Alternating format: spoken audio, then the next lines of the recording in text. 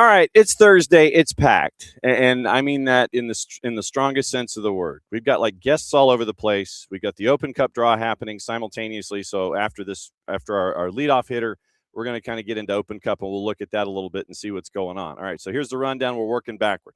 We go added time today because we caught up with the USWNT U17 coach Ciara Crinion yesterday. That's going to be an added time. Hour number 2, 10 to 11 Eastern, is the Power Hour with Nino and Nico. We cover everything from South America to players at sporting, doing well internationally, to getting you ready for the new weekend in Major League Soccer. Ending hour number 1 is our friend Jenn Hildreth. We get to talk about how busy March was for her. And now that she's going to be drifting into NWSL, we'll talk about how the table's been flipped early on. Like I said, we got Open Cup, we got news, we got things, and all of that. So technically, when we bring in this guest, it's opening kickoff. And it is great to see our friend Rob Valentino. You're in Phoenix? Yeah, currently in Phoenix by way of Argentina to Houston to eventually get here. And so what time of the morning is it, sir? Right now it's 6 a.m. in Phoenix. Oh, but it would have been 10 a.m. in Argentina. Oh, so it would have been 10, and you got home, and so I'm waking you up at the crack of before dawn to come on here to be the leadoff hitter at 9 o'clock Eastern time in Atlanta. Yeah, that's it. There's no better way. Oh, man. First off, thanks for getting up this early. I feel kind of guilty now that you're in Arizona and it's like 3 hours behind, and it's 6 o'clock in the morning to get you to do this interview, man. No, it's a pleasure. It's always good to see those familiar faces from Atlanta. All right, so I'll go ahead and ask. So how was Argentina with the time with the U20s? Went down there for a little bit. How was it, and what did you learn? Yeah, it was a fantastic experience. I think anytime we've been going on these camps and going to the different countries, experiencing their cultures, competing against either national teams or local professional teams, have been really good. I really loved it because we've had so many players from Argentina in the past, and I've never been to their country and actually sat there and experienced it. So first and foremost, that was like kind of part of it, being in their culture and remembering all the players that we had in Atlanta. And we got to see an old familiar face in Thiago Almada at their training facility and compete against Argentina, which was a very tough challenge. We introduced new ideas to the players, and the mindset of the individuals that we had with us was really good, from staff to players. Was awesome. So a lot of learning, a lot of growing, sometimes suffering at times. We talked about that. It can't always be that we're going to be the dominant team. And we ended with 2 good results, but ultimately it's about what we learned from the process of what we're doing, with whether it's this camp or going into the next camp, and what these kids are doing at their clubs as well. I want to ask about your timetables when it comes to these things a little further down the line, but everybody talks about the U.S. way. When we've had coaches come in and they're representing various national teams at various age levels, there's always the U.S. way that is this underpinning about everything. When I mention that to you, what does that mean to you in your day-to-day there with the U's on the men's side? Yeah, it's for me, it's still a work in progress of learning everything that they've done to build it. Like, I'm a newcomer coming in to their environment, so it's about understanding what has gone on before me, how I can use my experiences to hopefully elevate some things. Ultimately, it's about having a clear language and a clear process of how we see where you can help maximize or accelerate development in these individuals. We understand that the players will spend more time in their club environments. There's no doubt about that. But we want to be making sure that we can be a platform to help them, whether it's through a national, playing an international opponent, whether it's playing a professional team. We want to use these camps to hopefully accelerate their development and have that collaboration with the clubs, that we are all on the same page. We want these players to get the most out of both experiences, whether they're with us and they go back and they kick on and get first team appearances, or they come into our environment and they are challenged, hopefully with new ideas and different ways of playing, and test their learning abilities. What was it about a national team job that attracted you? Because, we'll sit there and in the old days when there were newspapers, you'd sit there, you go to the back and there's the transactions page, and you sit there and it's like, oh, Rob Valentino, U.S. men's national. And how did that come to pass, and why now at this point of your career? I mean, there's no better honor than representing your country. I was able to do it 3 times as a youth, and when you put the shirt on, and like when I wear the crest, like I have immense honor, and I'm just grateful for the opportunities when you get to wear it. And being an American, and trying to hopefully pass that along to the youth that are coming through, that was one part of it. From the soccer standpoint and the job standpoint, I constantly want to learn and grow, and this is an environment that is exactly that. With all the coaches that I have around us, whether it's on the women's side, men's side, the resources that there's here to help me grow, I thought it was, for me, a no-brainer. And we have so much. The good and the bad part is that you have so much time in between, that you have time to reflect on camp, reflect on your processes, reflect on trainings, communication, leadership. And on the other side is that you can sit with that for a while in between camps. Whereas on the club side, you're go, go, go, and you fix on the fly. Yeah, you have a process of what you're doing, but ultimately you're working towards the weekend or even a midweek game to fix and correct things as they go. I do love the high pace of that, but also when you get in camp, you get a little feel of it. So yeah, there was multiple things that attracted me to it. Ultimately, like, the people that I work with are what makes the difference. You mentioned learning about processes and the ins and outs of it. What have you learned about yourself? How different are you now, or are you different and just learning, I guess? Yeah, look, I'm still the same person, but I think if you ever sit there and go, I know it all, I'm good, I don't need to learn anything different. Um, the framework of Rob is the same. Like, I am still the same type of person. I still care about the same things, but there's different people that I come in contact with here that have had different experience in the national team environment, and we're able to test things, try different training exercises, talk about individual developments and processes that we can put in place that, yeah, if I were to go back to a club environment, how do we input that? How do we show the individual attention to these players in a team format, and ultimately try to get wins still? Um, I think I also have this perspective now when I do have these communications with clubs, is that I understand what they're going through, and now I see it on this side of the differences. So to have this experience to say, okay, this is what a national team environment is like, this is what a club environment is like. What are my processes that can translate? What are processes that maybe don't translate? I think ultimately, like, just like I said before, learning from other people and putting structure to a lot of things. That was been a big part of my learning. That's been one thing that I've been emphasizing on. Our old friend Rob Valentino hanging out with us here, batting leadoff on the morning show. And you mentioned the gaps and the camps and the gaps and the camps. Do you like the idea of going to Argentina, going home, taking that dossier of information that's probably about 2 or 3 inches thick, or it might be on a flash drive these days? I'm 900 years old, so that's why I said it's, big old dossier of notepads and things. Do you like the idea of a camp and then kind of analysis and then going into another camp, or is it is it kind of an odd duck where instead of being in day to day and doing it in a team environment in a professional franchise? I guess discuss the differences. I guess, do you like the idea of having that time to regroup and recalibrate after a camp like this? I'll tell you who really likes it. It's my family. They love the go away and then you come back and you're here and you're present. I'll be honest, it's been a work in progress for me. So when I've gone into the first one and I come back, like, there's those 2 or 3 days when you finish, and it's intense when you're there, and the travel when you come back and you're tired. But then ultimately, like, I really miss the players. I miss the staff. I miss that day to day. Like, that's what brought me so much joy in Atlanta and all the places, is being with these people every day.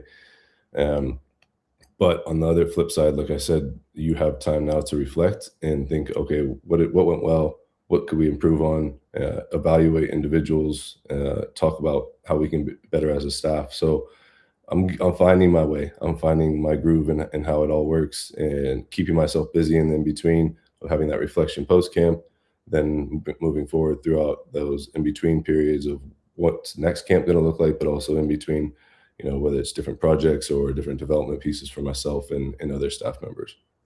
Are you officially in that rhythm of being a national team coach, or are you still trying to adjust to up, down, up, down, up, down? Have you hit your rhythm yet, do you think?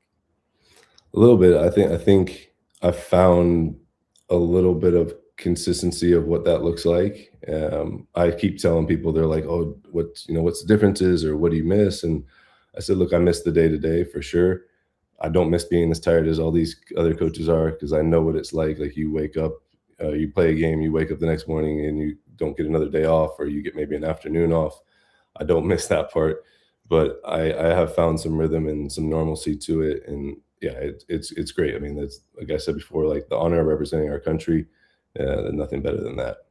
When you have questions, whether it's about the day to day or being in a national team environment, do you have folks on your speed dial that you can sit there and, like hit like one or two buttons and it's like star so and that individual pops up and they'll answer questions about where you are right now? Do you have that kind of a speed dial that's attached to your cell phone these days?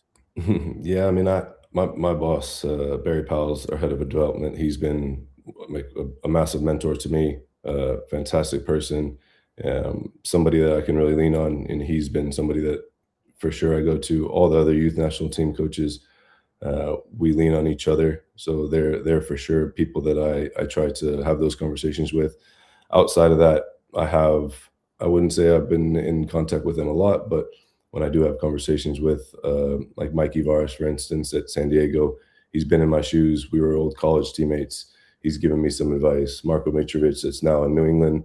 We were in the job together for a little bit and developed a relationship. So there's people like himself. Pat Noonan at Cincinnati. He had been in with the senior team, and now he's done a fantastic job at Cincinnati. And so we've more recently been in contact about those things. So sometimes I wouldn't say maybe it's I got exactly the same people on speed dial, but sometimes those contacts, all of a sudden they reach out, and it's just at the right time when you need it most. So And when I'll be honest, the other person is Brad Guzan. yeah, okay. We sit together every Tuesday, Thursday to watch our sons train, and I pick his brain, whether he knows it or not. I pick his brain about what it meant to him to represent the country, and how I can take little bits of his experiences with the national team, his experiences in general, and we tell jokes, yes, all the time. But yeah, it's he's another person that I'm able to sit down face to face with. So when you have Luca Bombino come into a camp, does Mikey call you up and sit there and go, "Yo, Rob, take it easy on him a little bit. I need him. I need him in the Western Conference here." Is that what you get? Was that what you get from coaches these days? It's like, I know you need him for camp, but can you kind of dial him back a little bit, or can you dial him up a little bit because I need him ready for the next phase? Do you get those conversations? Yeah, we try to have communication with all the clubs if there's ever concern or questions on what's going on with where they're at in their rhythm of games. Um, we all want the best for the players, so we think that, again, we help put them in an environment where they don't get this game all the time. You use Luke as an example; he's played a ton of minutes, and so there's communication if he's not able to come in, the reasons why. But other players, yeah, we try to make sure we give everybody opportunity when they come to these camps, that we're not leaving players to play no minutes and travel. So we try to balance that with also being competitive, and then making sure they go back in the best conditions so that they can perform at the optimal speed that they're used to.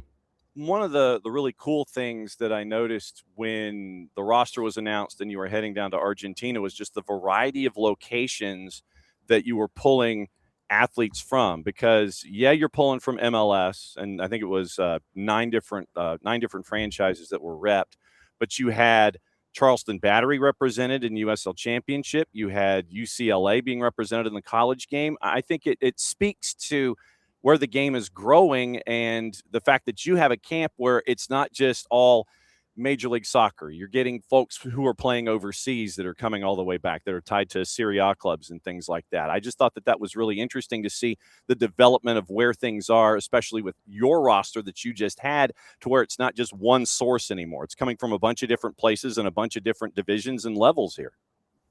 Yeah, I think for me in my group is really important to understand these kids are 2006 born, and so now we have single age group all the way from U15 through to eventually it'll be called the U23s. Right now they're the U21s, and so we're really trying hard to keep the 2006 born kids in the single age group. The 2007s will go through qualifying, so we're trying not to pull out of that roster up. Like whereas in your head you're thinking, okay, what's the next best young one? Can we push them up? We're trying to keep them in their right development process. Those kids will go through qualifying for the World Cup. These kids right now, they're working in a cycle where they have a non-World Cup. That U20 World Cup just finished. Now they're going to eventually, hopefully in 2 years' time, their next big event will be the Olympics. So I've looked at it as, in this process now, where can we see talent? And there's, in the last camp, we had injuries over different positions. So you start to develop a roster of what you think of having consistency, because I think that's important for a team to go and perform, but also looking at multinationals that feel like they want to represent America, looking at untapped college kids, looking at players playing in USL. I think there's a lot of value in playing in a men's league and playing professional minutes. So, and there's guys in MLS Next Pro that come into our environment that maybe haven't got a chance with the first team, but they have a lot of talent. And when their opportunity does come, whether it's at the club they're currently at or whether they make a move, that some of these kids are ready for that next level. And I just want to, like, it's such a big country. I don't want to miss a player. I want to make sure that there's a chance that we have had eyes on people. And when I always tell them when they get in, like whether they're here because they got a late call up or whether they were the first call up, they're here for a reason. And I've got a strong belief in whoever we do bring in. And that doesn't mean that they always get to come into every camp, but there's a belief there that hopefully we can have an impact on them that can take them back to their clubs and push them along in their career.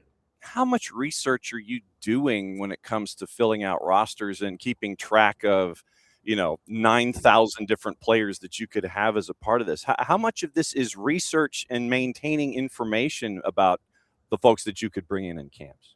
Yeah, I mean, that was a huge learning curve for me going into this job, and we lean a lot. I mean, there's so much resource here with U.S. Soccer.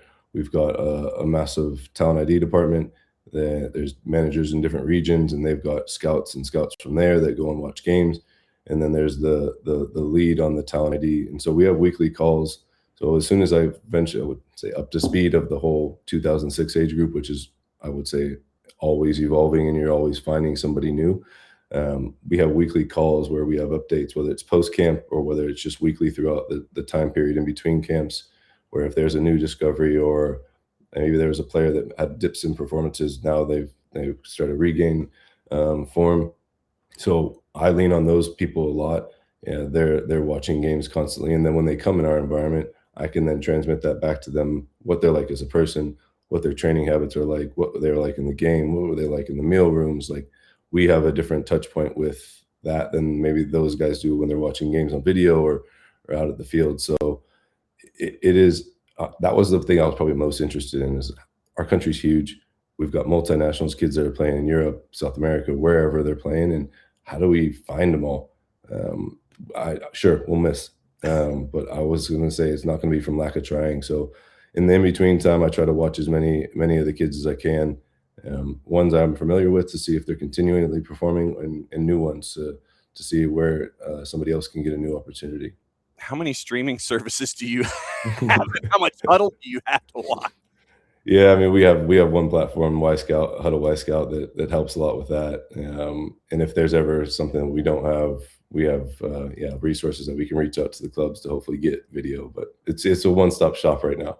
I like how you say resources. I'd like to have your resources, sir. All right, so you're back from Argentina. You're hanging out in Arizona. What's the next camp/activity for you? Yeah, so we have June window, June 1st through 9th. We don't have a location yet, but we will. That'll be the next one right before the World Cup, the Senior World Cup happens. So in this in-between time, it's about watching players, evaluating how they perform. Hopefully they're ready for opportunities. That's what we touched on as we left Argentina. Being ready, having that belief in themselves, and then developing as a coach and reflecting on camp. Like I said, I just got back yesterday. I was trying to open the laptop. Well, my eyes were kind of nodding off there, but we'll have a real reflection process with myself, some of the staff that were with me. Like I talked to just on Barry, he'll help me with that. He was there with me, so we'll have a real reflection on what worked, what didn't work, and yeah, we'll have time in between to work until June. And we will be keeping an eye on things. It's great to see you, my friend. I'm glad that we got to catch up and get this new update on the resume now that you're the Globetrotter and getting miles and points in places like Argentina and having to get up at 5-something 30 in the morning to do an interview here in Atlanta from where you are in Phoenix. Great to see you. If you ever want to just come in and crash, I got something I got to say. You now know how you can come into the morning show. You sit there, it's like, I'm crashing on a Friday. I got to get something off my chest. My coffee's not working and I need a solution. So you can come in at any time. It'll always be great to see you. Vent your spleen, come in and say hi, and just go get like cup number 2 of coffee, and we'll see you soon, my friend. Great to see you. All right. Thank you so much, John. Great to see you as always. All right, Rob Valentino. And Rob is, see, now, like I said, when I told him initially, it's like when he first dialed into the green room and he came in and I asked him, I said, okay, where are you? And he said, I'm in Phoenix. I was mortified. I legitimately was mortified in this because I didn't know how many hours back they were. I think they're one of the 2 states that doesn't move. And you know, I was getting spring forward, fall back, all the things. And, you know, so when he literally told me it was just before 6:00 in the morning, I was mortified. First off, thanks to Jeff Crandall and US Soccer for orchestrating this and bringing Rob in. And it was interesting for us to try and gather what it was going to look like and find out, okay, so where is he? He's coming back from Argentina. Yes, he'll be at home and all this kind of stuff. But yeah, absolutely mortified initially when Rob told me this morning that he was in Arizona. But nothing like camp in Argentina to learn about yourself. And that's where things are with the U20s.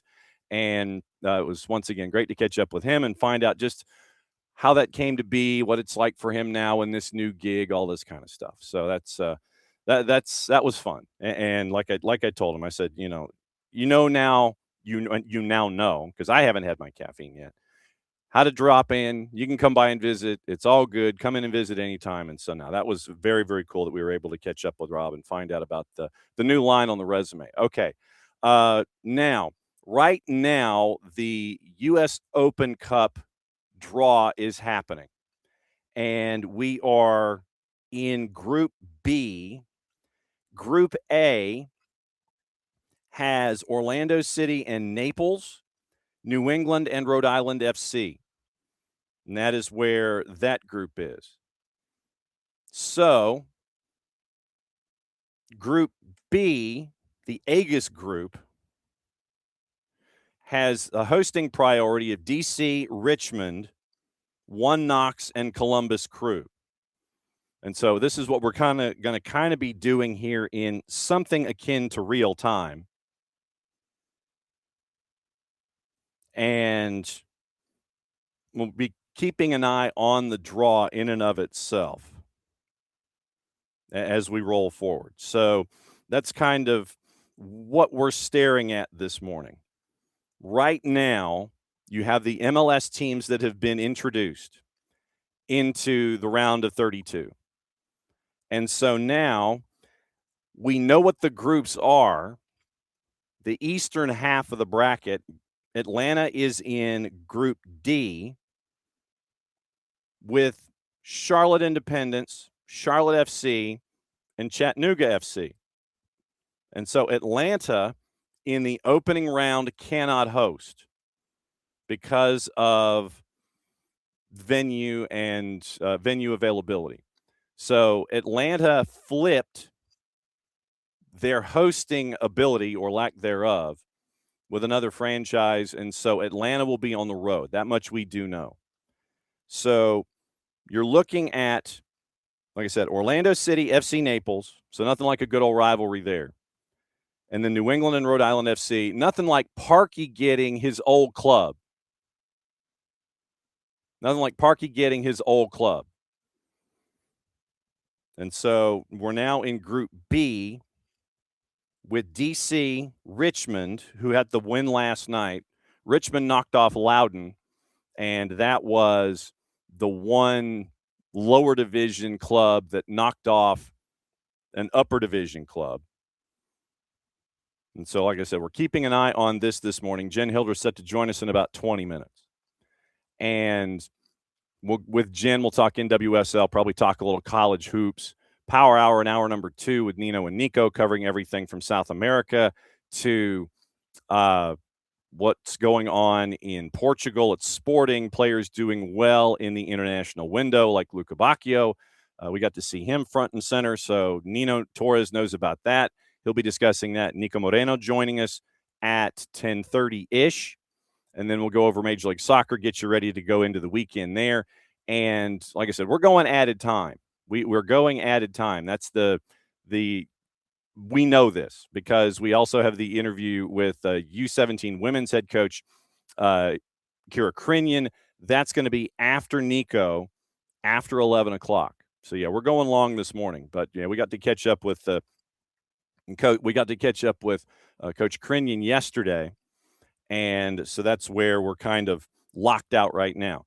The Landon Donovan group that we know, New York City FC, Red Bull, Riverhounds, and Westchester. Westchester escaped last night in PKs against Vermont Green. Vermont Green held them, and it was for 90 minutes, and then they added 30, and you end up with 120. And then they go to PKs, and it was 4-3 for Westchester over Vermont Green last night. Westchester, they have drawn hosting priority number 1 in the Donovan group. So you've got Westchester, NYC, and then therefore it's Red Bull against Pittsburgh Riverhounds. So that's what you're looking at with that particular group. So 3 groups in, as they're trying to determine the order. So Red Bull had second priority in hosting, and so Pittsburgh at Red Bull, once we get to that point. And so Pittsburgh, and then NYCFC was number 4 in hosting priority, and they will roll that. They will spin that one ball, and then they will pop it back out, and so that will be your number 4 in group number 3. So it is Westchester and NYC. It is Red Bulls and Riverhounds. So that's kind of where we're at. Kobe Jones group once again: Naples, Orlando City, Revs and Rhode Island, Richmond and Crew, and DC and One Knox. So Crew and Richmond, and that will be at Richmond at City Stadium. And then One Knox travels to DC, whatever the DC venue is. And that will be your next matchup. So we're 3 groups in. Naples hosting Orlando City, New England going to Rhode Island. The Aegis group, it is One Knox heading to DC United, Columbus Crew heading to City Stadium to take on Richmond. Group number 3, NYC to Westchester, Pittsburgh Riverhounds to Red Bulls. And I'm going to hang on to that piece of information. Something that came across on the crawl that we will discuss with Jenn Hildreth. Apparently, it looks like, and I said looks like, it appears in some circles that Sam Kerr might be heading to Denver. We'll keep an eye on that. So the Dempsey group is the group that we're paying attention to for Atlanta United. Atlanta United, Charlotte FC, Charlotte Independence, Chattanooga FC. And so Atlanta, once again, is the last, or is going to, they have declined a hosting opportunity in this grouping. So the Dempsey group is up. It is being turned and decided. Charlotte FC gets number 1 when it comes to hosting priority. So they'll determine the order of everything here, and we'll find out what it looks like. Oh, you're gonna yeah. Well, I see, and it's and okay. So Atlanta United would have been number 2, but they have declined. And KFC, I'm right there with you. American legend Kobe Jones, all one word, with Adrian Garcia Marquez. So Atlanta United would have been number 2, but once again, they've declined a hosting. Chattanooga FC is number 3 in hosting priority, and Charlotte FC is number 4. So Charlotte FC, wait, let me get I got 2 Charlottes here. So Charlotte FC is number 1. Charlotte Independence is number 4. Atlanta would have been number 2. Chattanooga number 3. So Charlotte Independence is the 4, but they go ahead of Atlanta, considering Atlanta did not decline the opportunity to host.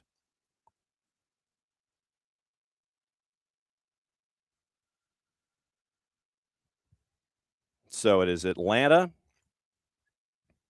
once again at number 2 in hosting priority.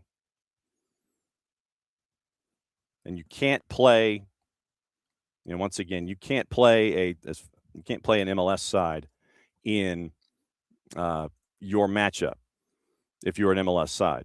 So once again, you're working through all of this. And like I said, thank you for working through all of this with me this morning, because like I said, it is a live draw.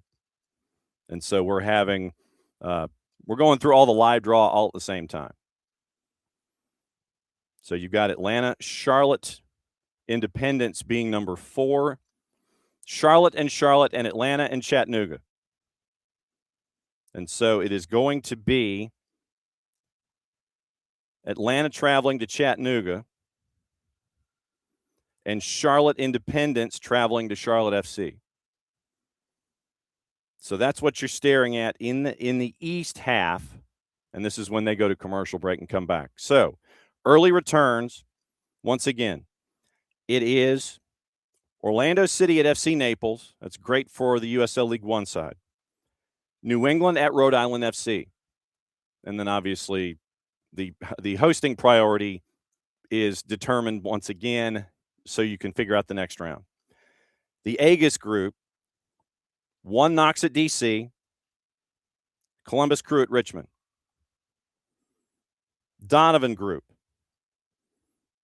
once again, hosting priority number 1 went to Westchester. They get NYCFC. And then Red Bulls hosting Pittsburgh Riverhounds.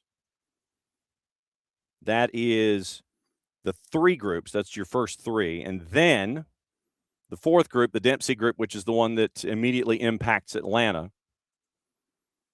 Once again, Atlanta declined hosting priority because of venue availability. So it is Charlotte Independence at Charlotte FC, Atlanta United at Chattanooga FC. So that's what it looks like with that group. That's the eastern half. That's the eastern half of the bracket in the round of 32. So early returns, you look at this and you're going, all right, so it'll be an interesting test for FC Naples. They'll be hosting. Then it is New England at Rhode Island FC. I'm intrigued. Like I said, the intrigue of having a Michael Parkhurst derby. Then you're staring at New England at Rhode Island FC. The B group, and it is, once again, DC and 1 Knox. And I don't know where that one would be held. I don't know if that one would be held at Audi. That'd be my guess. But we'll see what happens there. And then, obviously, Crew traveling to City Stadium to take on Richmond Kickers. Richmond knocked off Loudoun. That was the one last night that was the only one where you had lower division defeating upper division. C group, Westchester. And Westchester right now is, you don't know which Westchester you're going to get. You really don't. You're going to get the one that is struggling in USL League One out of the blocks. You're going to get the one that has won 2 in a row against lesser competition in Open Cup so far. You don't know which Westchester you're going to get. They've invested a lot for the second year in a row in USL League One for that franchise. and the results haven't been there yet. So we'll find out which Westchester we get, but they're hosting NYCFC. And then Pittsburgh traveling to Red Bulls. I imagine that one's going to be in Harrison. And Pittsburgh, after the administrative suspension of Bob Lilly last year, they seem to find their sea legs a lot. They found offense, which I know is for a Pittsburgh fan and a Pittsburgh franchise. I know that it's a bit difficult to understand. What is this offense that we're seeing here? And so Pittsburgh has found offense, and they are not to be taken lightly. They're just not. And so Pittsburgh going up against Red Bulls at Red Bull, in whatever Red Bull form it's going to be. So we'll find out what that looks like. But that's going to be an interesting one. Red Bulls hosting Pittsburgh. I am intrigued. So Chicago, St. Louis, Detroit City, and FC Tulsa. Then it's Austin, Houston, El Paso, and Lou City. That's an outlier. Sporting Kansas City, Colorado Springs, and Union Omaha. And then Minnesota United, another outlier. San Jose, Phoenix, and Sacramento. So that is the western half of this. So the DMB group, Detroit City, Chicago Fire, St. Louis City, and FC Tulsa. So that's the E group. Right now, I'd say if Abby, you've got Lou City, she's asking if Lou City can go to El Paso. If both, and we have to look at hosting priority first. If a team has said, nah, we don't want it, then that team would be traveling wherever in either round. So we got to keep an eye out on hosting priority first. If someone declines, then that puts them at the back of the line and they're on the road. So if someone was basically like, no, we don't want to do it, then we can figure that out. Dates. We got to look at the dates here. So FC Tulsa is number 1 in hosting priority in group number 5, the DeMarcus Beasley group. So let's look and see when the date. I think there's a wide swath of when the dates are. So, and those have been kind of posted in pencil. So I know it exists because when they put out the master schedule, they were like, okay, it'll be in this range. So let me see if we have round of 32 draw, Smoky Mountain, Victorious. Let me see if all right, so, okay, so April 14 and 15 is when this is going to be. Detroit City is at number 2. That's going to be a tough venue to play in Hamtramck, Keyworth. So that's going to be interesting. So each of the 16 winners from round 2 go up against MLS sides, round of 32, April 14 and 15. Fire number 3, my guess is they would have been in Bridgeview, and then St. Louis City is number 4. So April 14, 15, those are the dates that we're looking at. So St. Louis City is number 4 in the DeMarcus Beasley group. And then, obviously, Jenn Hildreth set to join us in about 5 minutes. We'll kind of drift in and out after Jenn. Top of the hour, we'll kind of regroup in the West and let you know what's going on after Jenn has come in this morning. So now, Detroit City and Chicago Fire, that one's going to be at Keyworth. St. Louis City and Tulsa, that one's going to be in Tulsa. So just remember, April 14, 15. April 14, 15. Atlanta is in Chattanooga. It's like you've just taken Charleston and just flipped it and turned it into Chattanooga now. Every single year, it seems like Atlanta's getting Chattanooga FC. So that is, it's like the sun rises in the east, and there you go. News out of Italy. Italian Federation President Gabriele Gravina has just resigned, according to Fabrizio Romano less than a half hour ago. Decision was made following Italy missing out on 3 World Cups, and according to Romano, Gennaro Gattuso will leave his role. So Gravina resigns, Gattuso leaving, according to Fabrizio Romano. And for those of you that care, in the Atlanta Falcons purview, Kirk Cousins signing with the Raiders, according to his agent Mike McCartney. The Boca Negra group, Lou City and Austin are paired together. Houston and El Paso are paired together. And so they're saying April 28th and 29th. So April 14, 15, and then they play 2 weeks later, 28, 29. So April 14, 15 is this round. Then April 28, 29 is that group's last grouping, the last pairing. So group number 6, the teams that are paired together. So Houston Dynamo gets hosting priority 1. So that means that El Paso goes to Houston.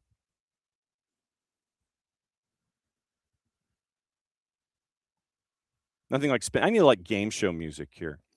So Houston gets priority number 1. Austin gets priority number 2. So we know now Lou City goes to Q2 to take on Austin, and El Paso travels to Houston to take on the Dynamo. That's the Boca Negra group. That's group number 6. So once again, opening the 3rd ball in the group, and that's El Paso. So El Paso would be hosting priority 3, Lou City hosting priority 4. And Lou City, remember, Lou City also has UFL games that they have with the Kings, so it might not have been amenable for Racing Louisville, Lou City, the Kings, and Open Cup. Because my guess is they're thinking wear and tear on the facility and the grass surface. So my guess is that's why Lou City was number 4 to begin with. So 2 groups to go. And in the next to last group, it's Sporting Kansas City, Rapids, Switchbacks, and Union Omaha, and our friend Jamie Henderson. And then in the last group, it is Minnesota United, San Jose, Phoenix, and Sacramento. So that's the 2 groups that we have left in Open Cup. And like I said, where Atlanta United's concerned, they're going to Chattanooga on the 14th or the 15th. So somewhere between 12 and 13 days from now, they're heading to Chattanooga to take on folks at Fort Finley. And that will be, once again, it should be an interesting crowd because, once again, you're in Open Cup and it's Chattanooga FC in MLS Next Pro going up against an MLS franchise. I'm intrigued to see what the crowd's going to be like. I'm also going to be intrigued at the start time. Are they going to stick to their 6 o'clocks? Or is it going to be later when it comes to a start time? 10 News last night in Denver. End of her current season. She's going to Denver Summit, leaving the UK at the end of the Women's Super League year. So Sam Kerr, my guess is Sam Kerr is going to be hip and go to Denver.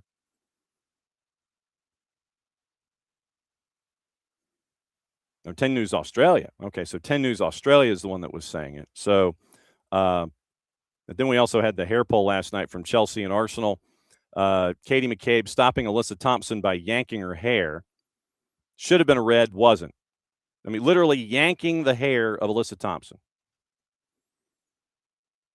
According to, and this is from the Athletic Football back on the 21st. Sam Kerr and Millie Bright expected to leave Chelsea when their contracts expire at the end of the season. NWSL interest in Kerr, who could follow Guro Wrighton and Kat Macario. And so we'll keep an eye on that. All right, so it is 9:45, which means that we bring in our number 2 guest, Jenn Hildreth, and she is hopefully safe guesting. Are you safe guesting, Jenn Hildreth? I don't know. I'm parked. Can you see me? I'm having technical difficulties. we can do straight up voice. That's perfect. There she is. Oh, I'm here. Okay. All right. right. Yeah. Yes, I'm parked. Yes, because I am safe guesting. Yeah, we're safe guesting, and that's what we believe in here. Okay, so we're doing like 19 different things here this morning. Yeah. Open Cup draws going on. What is this with phones these days? Phones just, they don't want to agree with anything. Anyway, we got Open Cup draw going on. We've got news apparently, possibly, probably, allegedly out of the NWSL involving Sam Kerr. You had 17 games that you called in the month of March. Is this correct? You sound like the chipmunks. I can't hear what you're saying. I don't know if you can hear me. Do I need to? I'm gonna call back in. Okay, so she'll call back in. Sure thing. So she'll call back in. That's what happens. It's really weird. I don't know. I'm starting to raise an eyebrow at our friends, that are part of the transmission here. So, all right, and so let's see if okay, that's the spinning wheel of death. That's never a good thing. So we'll get rid of that one, and we'll bring this version of Jenn in. So I sounded like the chipmunks, huh? And she froze again. Lovely. You got your ears on, Jenn, or did you freeze? There she is, I think.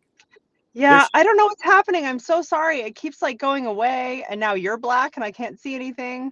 Just talk. Okay. Well, we're here. Can you hear me? You can hear me. I can hear you. It's great. Yes. That's all that matters. So you had 17 events that you called last month? No. So I had 13 events, 17 new boards that I created. So 17 teams that were brand new, start from scratch, create the boards. So I had a couple repeats, but a lot of new. Yeah, that was a lot. Have you recovered from March Madness? Hashtag Yes, absolutely. Yeah, this has been great. April's gonna be great. It's like right now I'm in a span where it's a really tough month, and look, I'm not complaining. I signed up for this, but it's survival mode. And then April is like a little more relaxed. Okay, a lot more relaxed. May is tough again. June's off. Let's go. We got this on-off rhythm. We'll get it going. All right. So the biggest storyline for you from March, obviously, is the women's college basketball tournament. Is it true that the only team that can beat UConn is UConn? I mean, I think if they play their best, yes, that's true. But that's assuming they play their best. So, I think that certainly those 4 teams that are left all are there for a reason. They're all the #1 seeds. So, and I was really impressed. I watched UCLA pretty closely because I was in Durham, North Carolina for the first and second rounds, and so had been watching Duke really closely throughout. And I love that team and what Kara Lawson has done with them. And so I watched that Duke UCLA game, and I was really impressed with how UCLA adjusted in the second half and what they did. So I think if you can put a game plan together and execute it like that, any of those teams have a shot. Can they get it done? I don't know. Yeah, exactly. Yeah. Topic number 2 with you. How's the book? Book is great. It's coming up on its first birthday. My baby's birthday is April 15th. The book, Tough as a Mother. So we have some fun stuff planned on social media with a 1 year birthday celebration. And then we'll be, of course, building up toward Mother's Day, where we like to remind everybody that they are tough as a mother. And if you don't know that, get the book, remind your loved one, mother, spouse, whomever, and give them a little bit of that power to go for Mother's Day. The irony of the first birthday being tax day is one author to another. It's inescapable, that irony that's there. But that's true. What has it been like for you as one author to another? Let me ask you, what has it been like for you to go into the author realm and work your way through all of these different things that mean author Jenn Hildreth now? Yes, it's not nice to say that, one author to another. Kudos to us because I mean, truly, and to you as well, because it's no easy task. And I think dipping a toe into that world, it reignited this writing flame for me that I really missed. As much as I love doing television, and I obviously get to do a lot of storytelling and writing somewhat a little bit and what I do, this is a whole different animal, and it's truly was my first love, was writing and reading. So I just loved being a part of that. But then getting into the whole machine of, okay, you wrote this, and then obviously the whole process, which took forever for me, multiple years of finding an agent, finding a publisher, getting it published, and then promoting it and making sure people in the world know about it. So that's kind of a never-ending, exhausting cycle, but it's one that's very worthwhile. So I'm trying to get hip to a lot of the social media. No, I'm not. That's not a goal that I'm going to be attainable. But I'm trying to have a presence and at least be somewhat relatable. I don't want people to feel like I'm constantly pushing something on them, but the reality is you have to repeatedly, as I'm sure you know, John, you have to repeatedly put that book out there because it's no assumption that someone's going to see everything you put out. So it's just constant onslaught of all the great stuff that's in the book is where I'm at now. So when's the sequel? Yeah, I don't know. That'll be retirement days, maybe. I'm not going to pump them out like you, man. I was like one and done for now. Well, I mean, I will admit that doing a book is like piecing together a gigantic jigsaw puzzle and trying to figure out, okay, does this corner go over here? Is this part of the Eiffel Tower, or is this part of, it is piecing together a jigsaw puzzle, and it's to the point to where we're so god-awful busy that we have to clone ourselves almost to do this labor of love with the jigsaw puzzle and writing the book, in addition to the time of the day that we need to do our normal stuff. How did you budget your time? Yeah, I mean, COVID helped. So, because I mean, even though the book just came out in 2025, there was a peek into the process. So I really started a lot of the bulk of the interviewing and writing throughout COVID when I had more time. And then when I got busy, it was honestly finding a way to steal hours. So I would get up early, an hour or 2 hours earlier sometimes. Sometimes I'd stay up later. Usually not back to back because that's not good to burn it at both ends. But, I would just have to steal hours to do it because it was worthwhile. And if I was on the road, I mean, I would try to have a lot of my stuff with me so I could work on the road and just make it happen. But I loved it. So it really was, as you said, a labor of love. So even though it was hard to find the time to do it, it was so rewarding to do it. And I will tell you, I do potentially maybe have another book project in the works, but it's very, very early days, as my British friends would say on that. So TBD, but it could involve some ghostwriting. So fiction, nonfiction? Nonfiction. Okay. Yeah, I could never do a fiction book. For me, I could do a nonfiction book because I've just always been that person that delves in facts and investigations and stuff. I don't think I would have the imagination to do a fiction book. I bet you'd surprise yourself. I've started doing some of these when I was in the writing process and I was trying to really spark a lot of creativity in my brain.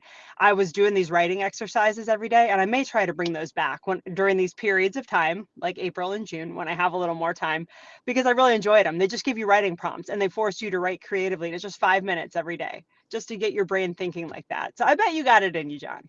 See, for me, it was always 1,000 words. For me, it was 1,000 words a day, and then you can go away and then put it down, and then you can come back. But that was always my goal, was 1,000 words a day when I was doing something like that. But that's hard, isn't it? Like for me, I have a really hard time, as anyone in my family will tell you, walking away from a project before it's finished. So I have to get to like an end point, and that might not be 1,000 words. It might be 3,000 words that day. Like I've got to finish this chapter. I've got to finish this interview. Like whatever it is, I need to finish it. And that gets hard because that doesn't always work in the allotted amount of time that you have. Well, and that's when you sit there and you just go, can you take them to Dave and Buster's and come back? Basically, that's just like, I need to be here in this room. It's like, go get lunch and bring me something and come back, like in 6 hours or something. Exactly. Yeah. Jenn Hildreth doing rapid fire with us while she is not on the road, off the road, switching sports, all the things. NWSL, I wanted to discuss that with you because that's where you're going to be diving in now. So, of course, they have 1 week and then they take a couple weeks off. Then they come back at the end of the month.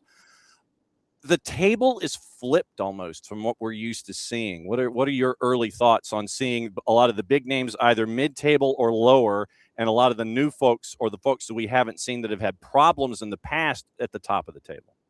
Yeah, I mean, first thing is it is really early. Most teams have played, some have played 4, some have played 3 games. So I think it's way too early for any alarm bells to start ringing or to start, waving the banner of a champion. But that being said, I think the way that Angel City has started has been impressive. They are the only unbeaten team left. They're at the top of the table.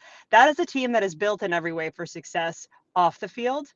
So for them to match a product on the field and be successful, I think we've talked about this before. It's good for the league. Angel City being good with the way that they have built that club. It's the most valuable women's sports franchise in the world. It's a good thing for the league. Now, can they sustain that? I don't know. Are they going to make a run as long as we've seen teams like Kansas City do in the past where they've gone unbeaten? Orlando had a big run a couple of years ago. I don't know. I think they're probably going to drop some. They've got some question marks still, but they're promising. And I will say that 3-0 start, they did not play a midweek game yet. So keep that in mind when you're looking at a team. Like, I think the two most surprising results thus far on the negative side would be Kansas City and Washington. Washington without a win through 4 games is shocking with that roster of talent that they have. Kansas City, same thing. Now, Kansas City with and without Temwa Shawinga, yeah, they're different teams. Like, she is a 2-time MVP and Golden Boot winner for a reason. She changes the way teams have to defend them, but there's so much more talent on that Kansas City team. I still am surprised. I really like Chris Armas. I'm hoping that he will survive this early struggles and come out of it with some success here soon. But I would say those are my early takes thus far. My early don't get worried takes at this point. What'd you think of 63,004 in Denver? Oh my gosh, was that not amazing to watch? Just the spectacle of it all, and to show the potential of what can be done in women's sports right now. This is an expansion team in their first ever home game, and they bring in 63,004. That is breaks the NWSL record by over 20,000. It's incredible. So yeah, I so enjoyed watching that. I actually had a double dip of games that day. I had my ESPN game earlier in the day at noon, and then had another game for NWSL Plus at 7. And in between, I just laid in my hotel room and relaxed and watched that game like a fan. I wish they could have given them some goals. I always wish that, but nonetheless, what a tremendous start. And look, Denver's gotten off to a great start. I'm really impressed with what they've been able to do. If you look at the 2 expansion teams, Boston has struggled, no wins yet. They got a couple points. So it's been fun to watch. And there's links out of and reports out of Australia that Sam Kerr might be going hip. That'd be my guess anyway. Going hip and going to Denver when the WSL season is over. So look at you. Oh, okay. Sam Kerr is one of my favorite all-time players. All time. I do now. Yeah. Well, I appreciate you and that rumor mill, and I hope it's true. I did see she just signed, and I was thinking to myself, that's interesting, because it said there was the announcement that she signed with, I forget who it was in the Australian League, but coming from a team like Chelsea, it was not as high profile, and I'm thinking, what is that? But that would set the stage for an opportunity to come here. Bring it on. Come on. Give me some Sam Kerr back in the U.S. I know that would not stink. The 60. I'm trying to figure out how you end up with 63,004. How do you guys 4? Where are those 4? It's like, really? It's like they just kind of wandered in. No, we need more than 63,000. Get this family in here. I think what it also does is it sets a marker for Team 17 in a couple of years, because there's a building here where we're all based that can handle 63,004 and can handle a lot more than that, as evidenced by what we saw with 2 matches in 4 days for the men's national team. I'm thinking that Mile High set a marker, and that do not be surprised when we have the home opener for Team 17 in 2028 if that just gets blown out of the water. In Atlanta, baby. Yes, come on. We are talking all good things. We're going to speak this all into existence. We got Sam Kerr. Look, Atlanta, you're right. The challenge has been set. This is an ownership group, I think, that likes challenges. And so absolutely, why not? I think even Boston probably looked at it and thought, 30,000 is great. That's certainly nothing to scoff at. But then when you think maybe we could have set our sights even a little bit higher, and it's a matter of people showing up, yes, but also all of the wonderful promotion. I heard from people on the ground in Denver that there were things for the Denver Summit everywhere they looked. You invest, you will get money back on your return. You will get people in the seats. You will build this foundation. I think that is the great message that continues to be shown in women's sports as they continue to grow and prove that they are profitable and a good business model. Where are you this weekend? I am home. Good I for am you. home this weekend. Okay, good. Yeah. I didn't know if you were calling matches or you just going to kick back and watch things and just kind of watch what's going on. Yeah, my daughter's coming home from college, so we're gonna hang out before we take out. It is spring break next week, so yeah, I've Jackie Oatley and Jordan Angeli are gonna be on the ESPN call this weekend, and I just get to watch as a fan, and I have no complaints about that. None whatsoever. As always, my friend, it's great to see/hear you, and especially when I sound like Alvin and the Chipmunks because of the lovely technology that we have. Enjoy your time off because I know the sprint is going to continue sooner rather than later, and we're going to be knocking on your door as the season goes in the NWSL. Thanks for doing this and squeezing us in here, and you're awesome. And buy the book and go on Jenn's. Go on Jenn's Instagram because if you want to rent the runway, she's got a way that you can do that too. Yeah, it's Armoire if we're just gonna throw all the things out there. Thank you for that, John. But it's at Jenn Hildreth 40, 2 N's in Jen. That'll get you all the things on Instagram. And I always appreciate it. Thank you for having me on. Always make the time, even if I'm sweaty after the gym. Irrelevant and immaterial. It's the information that counts. Be safe, my friend. We'll see you soon. All right, take care. There goes Jenn Hildreth. And so that's Jenn discussing things when it comes to NWSL, the book, the Rent the Runway, go on her. Yeah, because she will rent a lot of her on-air outfits. And so she has put a thing on her Instagram about that. So if you think Jenn is styling on the air, there's a way that you can rent the runway the same way that she can. So she's got a book, Tough as a Mother. I have my autographed copy here in the studio. It is NWSL. She's coming out of March Madness, and I don't know if we get into trouble by saying that, but we do anyway. And there's Jenn Hildreth's life in a nutshell, going off about 9,000 miles an hour. That's hour number one. So hour number one, we had Rob Valentino. We had the running analysis of the U.S. Open Cup, and we now know what it's going to be like for Atlanta United. Is going to be a trip. It's going to be a trip to Chattanooga. It's going to be a trip to Chattanooga to take on Chattanooga FC. And then the winner of that one takes on the winner of Charlotte Independence and Charlotte FC. And that one is going to be at Charlotte FC. So Independence travels, I guess, to the bank to take on Charlotte FC unless they want to play someplace smaller. And then Atlanta travels to Chattanooga, and the winners of those will work their way forward. And so the 28th and the 29th, so it's 14-15, then 28-29 for the next round. So that's what it looks like as the Dempsey bracket, the D bracket in the eastern half of U.S. Open Cup. So the western half, it is, so if I could read my own handwriting. So St. Louis at FC Tulsa, and then it is Detroit City. And who are they hosting? So I can't even read my own handwriting in the bracket. But yes, Detroit City is hosting in theirs as well. Then you have in the F bracket, you have you've got Houston taking on El Paso. You have Austin and Lou City. So Lou City travels to Austin, and El Paso travels to Houston. Then you have CHA. Oh, I have no earthly idea what that is in that bracket. I can't even read my own handwriting. The seventh bracket, it is Sporting Kansas City hosting Colorado Springs, and then the Rapids hosting Union Omaha. And then in bracket number 8, it is Minnesota United and Phoenix. And so Phoenix Rising travels to Minnesota United, and then it is Sacramento traveling to PayPal Park to take on San Jose. So that's your Open Cup breakdown of what it's going to be looking like in Open Cup in 12 or 13 days' time. So time to be determined by our friends all around who are hosting in the U.S. Open Cup. So let me see if I could spell Chattanooga. Let me see if the Chattanooga FC has determined when they are going to play yet. Okay.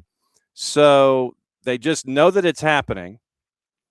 Date, kickoff time, ticket information announced soon, according to Chattanooga FC. So keep an eye out for that, and everybody will make the road trip. But my biggest question initially is going to be, is it going to be one of those 6 o'clock kicks that Chattanooga has at Fort Finley on that surface, or is it going to be a 7 or a 7:30 more for television purposes, Paramount Plus, what have you.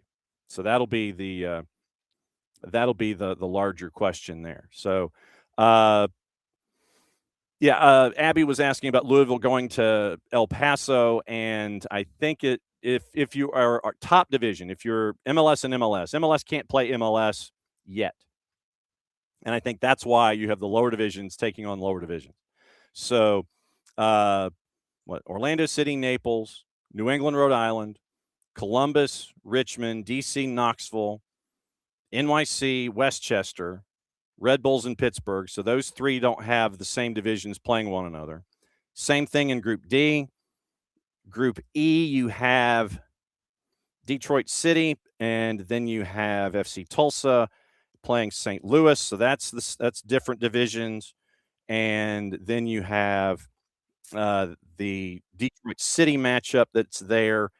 And the F group has Austin and Lou City, and they have Houston and El Paso. So, yeah, the USL teams can play each other, but MLS teams can't. All right, top of the hour. I have not seen what Nino Damas is sending me. He is in Peru. You're styling. Look at you. You're outside, man. What's going on?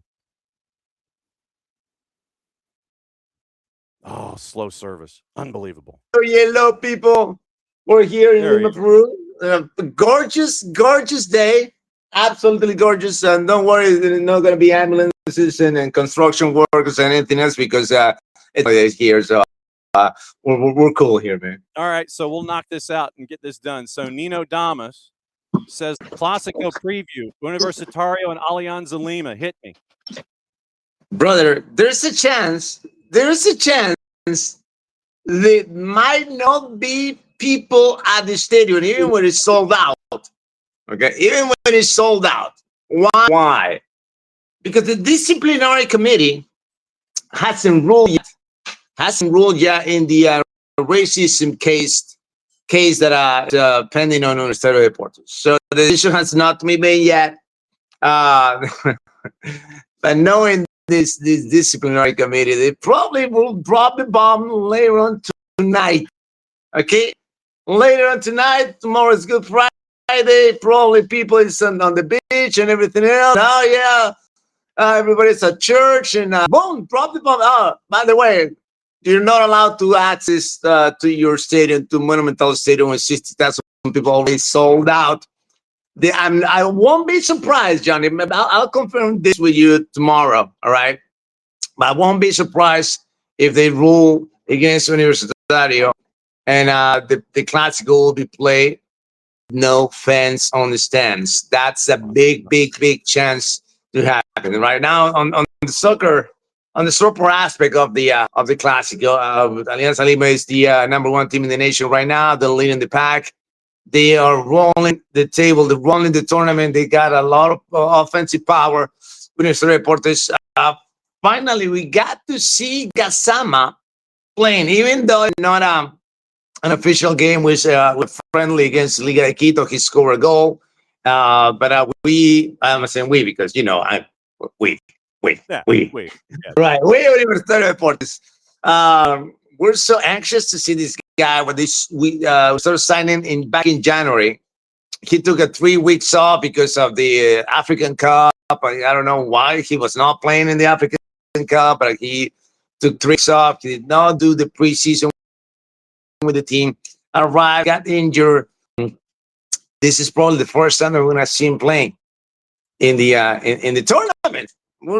It's 7 rounds in, and the striker that we signed from Spain hasn't yet to be on the pitch. I mean, he played like 5-10 minutes in a game. That's all we have from him. 15 minutes of soccer from the prominent striker that Universitario Deportes signed for this season in order to achieve this massive goal that is the treble, right? Four titles in a row. Nobody has done that in Peruvian soccer in the history of the competition. So, and things are not looking easy, man.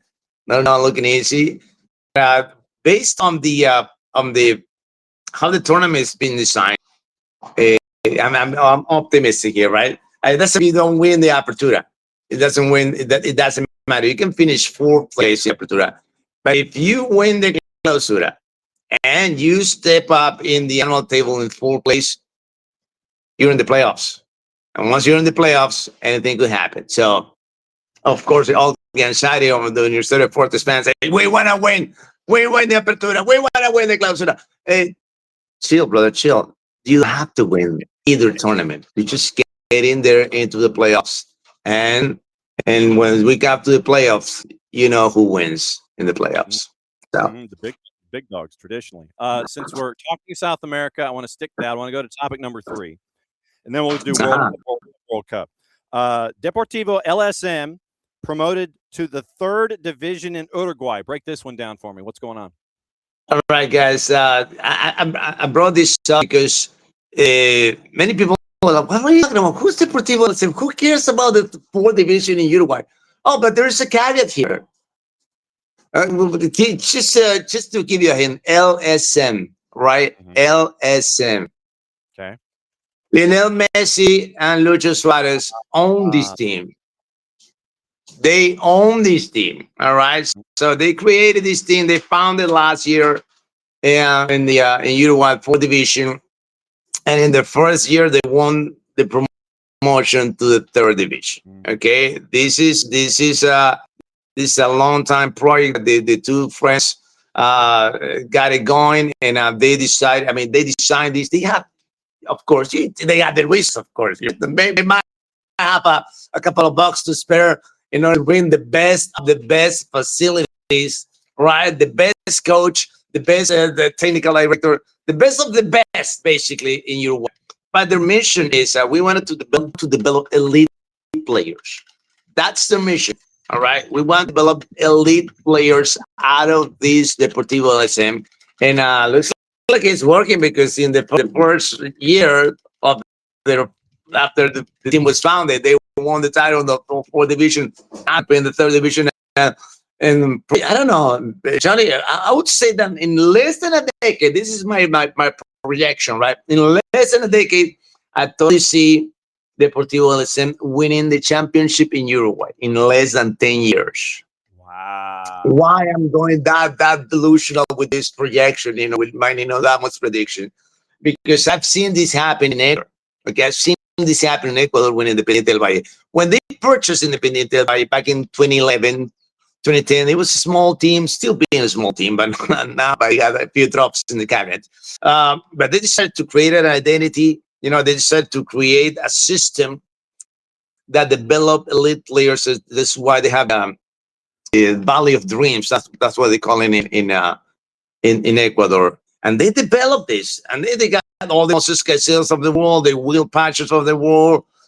Ecuador winning, going into the World Cup. Independiente del Valle winning 2 championships, winning Copa Sudamericanas. I'm not saying that they're copying the system, but it's similar. It's similar. Players development is the main goal here, and after you develop that, you will get the results, and that's what they're doing. Lucho Suarez, that I think we want to be talking about this Deportivo LSM big time in the next decade. I want to say in 10 years, within 10 years, Deportivo LSM will go to the 1st division and will win the championship in Uruguay. That's an in-house prediction after the LSM Deportivo. Wow. All right, we'll hang on to that one. Now, World Cup, and then your Chronicles, but it's Copa America Chronicles this time. So we're going to go to topic 2.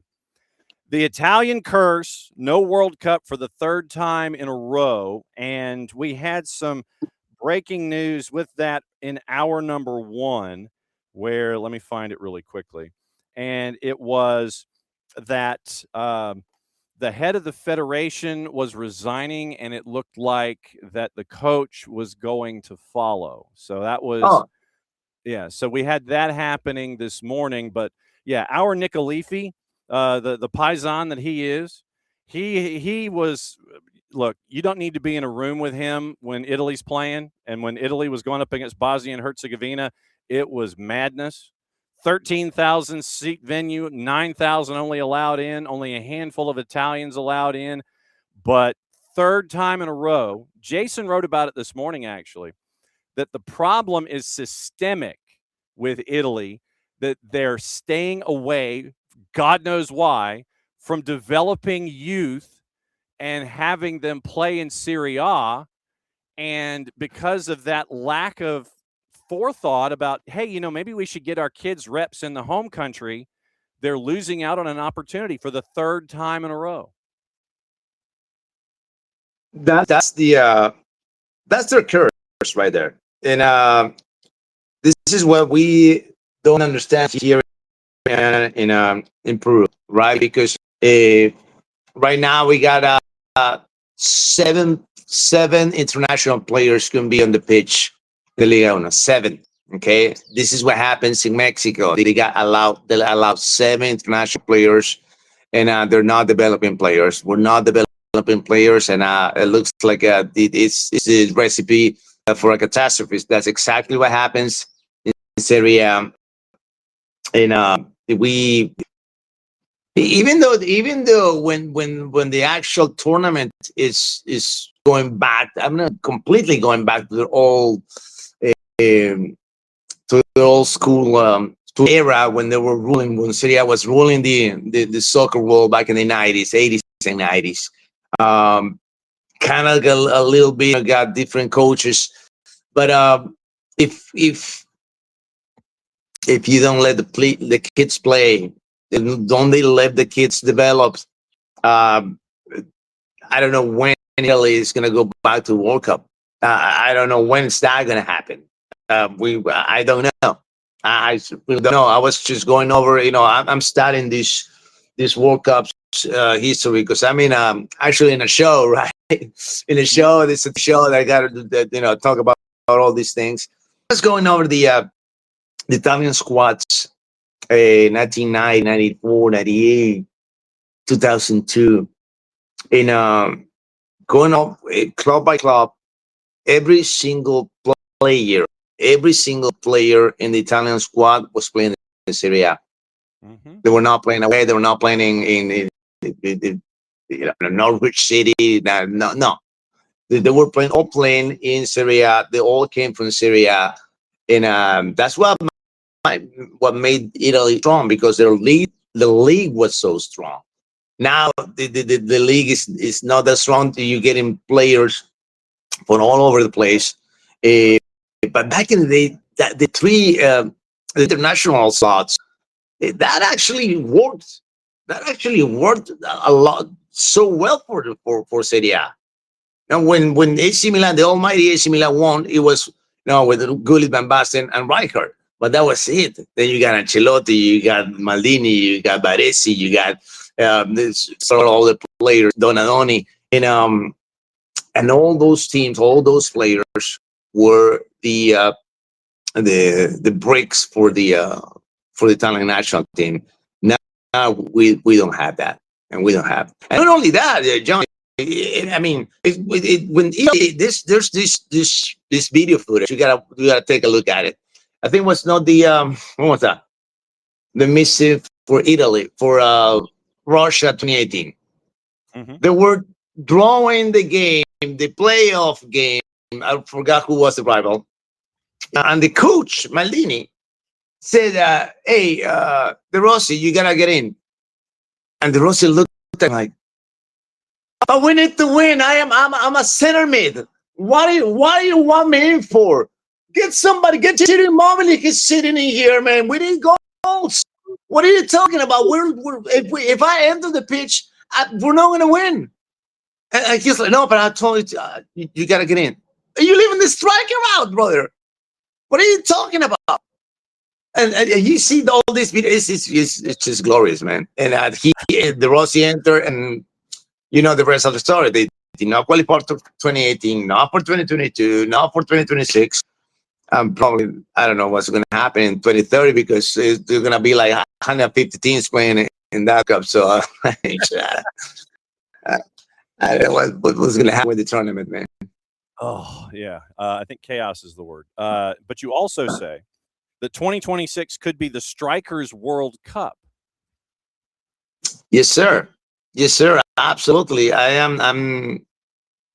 gotta. let's just get an awesome gut feeling. And of course, because one of my favorite strikers is not doing that well in Arsenal, he got the latest goal for Sweden to qualify for the World Cup. The Night King, absolutely ruthless striker, Victor Gyökeres. You're gonna get Erling Haaland, man. You're gonna have the Erling Haaland in the competition. I mean, it's I thought that we were him, but then Norway stepped up big time. The qualifiers, they are. What's the group, Johnny? What's Norway's group in the World Cup? You got World Cup's group in there now. Hang on. I will find it. I will find it, please. Well, he's looking at all right. So we got a lot of strikers coming into this World Cup, and even though the game per se is not telling us, Nino, if we don't need the strikers. It's not like we don't need the strikers anymore, but we're relying less and less on having a powerful striker. The game is saying that the same way is happening with the attacking mid. The classic number 10 that disappeared. It's just gone. We don't have it. We don't have it because the game soaked them up so bad that they just. Now we need two. We don't need one. We need two. Okay, when it's 6 and 8, so they're combined. They'll be the number 10. But I'm not sold on the idea that the strikers would not be needed. I think they're going to have a tremendous impact in the game, in the history of the competition, and because obviously we probably have the World Cup with the set of weakest nations playing, not the traditional ones, of course. I'm not talking about the teams that always qualify, but the teams that are going for the first. I mean, Jamaica's out, man. Jamaica they supposed to be going in, but no, they're out. And you got these guys. What's this? The New Caledonia or something? New Caledonia lost in the play-in in the intergalactic play-in round. They made it right. Curacao, you got look, Norway is in Group I, by the way, with France, Senegal, and Iraq. Ooh. Ooh. It's a tough group, huh? It's really tough. El Grupo del Norte. Yeah. So Iraq, they're gonna go through. They will go through. France and Norway, they will advance. That's what I'm saying. Yeah. Already with the predictions, 60. Well, how many days out, Johnny? We're 68 days out of the World Cup kickoff. Is it 68? That sounds good. I'll take it. Right, I think 68 or something. We got one ambulance in there. Of course, I got like freaking 5 clinics around me. Police are coming after you, man. I know. 70 days and 5.5 hours. 70 days, brother. I cannot believe this. And I'm so pumped about the competition. And of course, you got a lot of games in there, right? In Atlanta? No. Yeah, we got 5 in the group, and then we've got 2 knockouts. I think we have 8 total. Ooh, yeah, man, that's a lot, man. That's a lot. We got a lot of noon kicks with a lot of sicko games, and the last group stage game that we have is DR Congo and Uzbekistan at noon on June 27th. That is a sicko's delight. Brother, I just hope that they close the roof, man, because that playing at noon, brother. It's gonna be hot. It's gonna be hot. Roof will be closed the entire time. They don't want to mess with that mix. And there's talk. I think that if it works out, we would get Argentina back to back if the brackets go a certain way in the knockouts. Oh, that'll be fantastic, man. That'll be fantastic. Yeah, before we get into Copa America Chronicles, the U.S., the fans that came to Mercedes-Benz to see the matchup against Portugal and Belgium got an eyeful of Dodi Lukebakio. And I wanted to know what your impressions are of Lukebakio, considering he's at Benfica, either playing on the right wing or right mid. And I wanted to come to you to ask you what he means to Benfica, because we got to see him play for the Belgian national team, and he got a brace in a very, very short amount of time back on Saturday. I wish could see more braces coming from him, but it's not the case. He's a powerful winger, all right. But I think it might be some Ecuadorian blood in him. What are you talking about? Well, because Ecuadorian wingers can finish. that's the thing, man. I think Lukebakio might be some ties with Guayaquil. I don't know, brother, but all season long, Lukebakio, he destroy you with his speed, get the dribbles, get the crosses, but when it comes to finish, I think he loses the Wi-Fi connection or something. You're good. I don't know. You're good. No. The Lukebakio, I'm saying. Lukebakio's Wi-Fi. I'm like, okay, yeah, okay. Yeah. So yeah, the info doesn't get from the source to the home computer. Okay. Yeah, that's the thing. To be honest, I'm not that sold on Lukebakio. Hopefully, I wish he could be more consistent. Because he's a fantastic player to watch. But if the winger can score, you lose, a lot. I mean, lots of value when you can finish where you start. Yeah. Mm-hmm. All right, Copa America Chronicles this time, and you had Peru winning their second title by the end of it all, and the runners-up were Colombia. The best player was Teofilo Cubillas in the tournament. Yes. Sopranos edition of the Copa America Chronicles. What is going on here? So first off, this is the first Copa America that was called Copa America. Mm-hmm. For that, it was the South American tournament or something like that. But no, this is the first year, the first edition when the Copa America was called Copa America, and it was playing on multiple occasions. They were playing in Colombia and in Venezuela. It was crazy. The teams were flying commercial from country in that Copa America.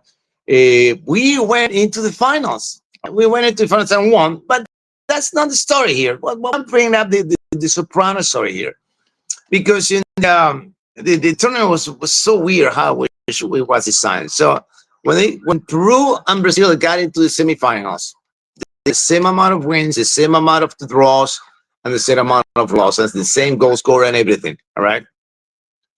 In Peru beats Brazil 2-0 and 3-1. Right, first leg and second leg. Mm-hmm. And so they tied with number in Brazil. So they said, "So we're tying everything. What are we gonna do? I don't know. You want to play penalties, but the game is over. I don't know. Play the 2 times 15 minutes or something. No, we got a better idea. Let's but this by the way, the president of CONMEBOL, I think Teofilo Salinas was his name. He was Peruvian, right? He was Peruvian, and he got a brilliant idea. So how are we going to decide this? All right, let's let's do a draw, right? What do you mean a draw? Yeah, we got two pieces. You got to pick one, and somebody's gonna pick this. Okay, who's gonna be that? My daughter, who's 10 years old. She's gonna pick out of the pot who's gonna be the team advancing into the finals. right? But that was not the thing, Johnny. It was a closed door situation at the Peruvian national stadium, right? They closed the doors. Brazil, stay outside. We'll let you know, brother. We'll let you know who advances. All right. So they did it behind closed doors, and because it was a 10-year-old girl, she was not going to cheat, right? What would she? How could she cheat? We don't know. We don't ever know. But the truth is that the girl picked Peru to advance into the finals of the 1975 Copa America, which we won on we beat Colombia, but that's how it happened, brother. That's how it happened. Can you imagine that happening now? Hey guys, by the way, we're not deciding the winner of the World Cup, but have a meeting here, closed doors. Stay outside. Stay outside. We'll let you know. We'll send you a WhatsApp. Yeah. Yeah. Yeah. Wait, the door can't open. I'm sorry. We'll just have to WhatsApp you what happened in the room. What are you calling this weekend on FuboTV? Bro, it's a busy weekend. Now let me get it here. I got tomorrow. Hold on. Where's my thing? Hold on. Don't go. Well, where'd it go? You got either the morning with Gil Vicente AFS, Vitoria Guimaraes and Tondela, or Sporting in Santa Clara. I imagine you got that one. No, he disappears on me. Disappeared on me. This is what happens when you're trying to do stuff from back. Hey, wait, hang on. I heard you. There you are. I think hit me. There you are. All right. So what are you calling? All right, we got a big three going this weekend, Johnny. We got the Sporting tomorrow. We got Porto on Saturday. We got Benfica's game on Sunday. So 3 games of the. I'm not Monday. I think it is. I think it's Monday. Yeah, Monday. I think it's Monday. Yeah, not Sunday. Monday. It's Monday. Monday game. Sporting. Monday night soccer. Monday night on Gold Team. I mean, oh no! Oh no! So Sporting in Santa Clara tomorrow at 3:30 Eastern time. Sporting a big favorite. Then on Saturday, Porto and Famalicão. Porto a big favorite, 3:30 Eastern. Monday night football, Benfica at Casapia once again, 3:45 Eastern. Benfica a big favorite on the road. We love you very much, my friend. Where's the desserts? They're all gone, man. I gotta tell you, I'm up since 5 a.m., man. I'm up since 5 a.m. I packed all the and I'm glad that my brother is going south. He's going to the beach, and I'm like, oh, can you take these cakes to the club? Yeah, I'll take it for you. So I got one delivery of my checklist, thanks to my brother, and but I got how many? Like 3-4 more deliveries to do today. It's a busy weekend here, man. It's a long weekend here, but so I'm happy. You're making all the chocolate, and we got to get it shipped up here. We got to figure that out. We love you very much, my friend. Get to Bacon, Nino the Baker on the IG, Nino Torres, the other version of him on FuboTV, doing what's going on in Portugal. We love you. We'll catch up with you next week, my friend. Have a great weekend. All right, Johnny. Take care, brother. All right. There goes Nino Torres. He survived the Inquisition from Lima, Peru. That's always a hoot. To be able to catch up with him. We got to figure out this whole dessert shipping thing. We really do. This has to happen. If you go at Nino the Baker on Instagram, you will see literally how many pounds you will add by eating his desserts. I'm not kidding. But the fact that this is taken off, and he's been up since 5 o'clock this morning. So Rob Valentino's been up since 5 in Phoenix, getting ready for the interview that batted leadoff today. Nino's been up since 5 o'clock local time this morning, baking so he could have all of the desserts that humankind deserve and they need, because you need the Nino Torres dessert. But we got to figure out the whole gold belly thing. We got to figure out shipping and dry ice, and we got to get them up here to the U.S.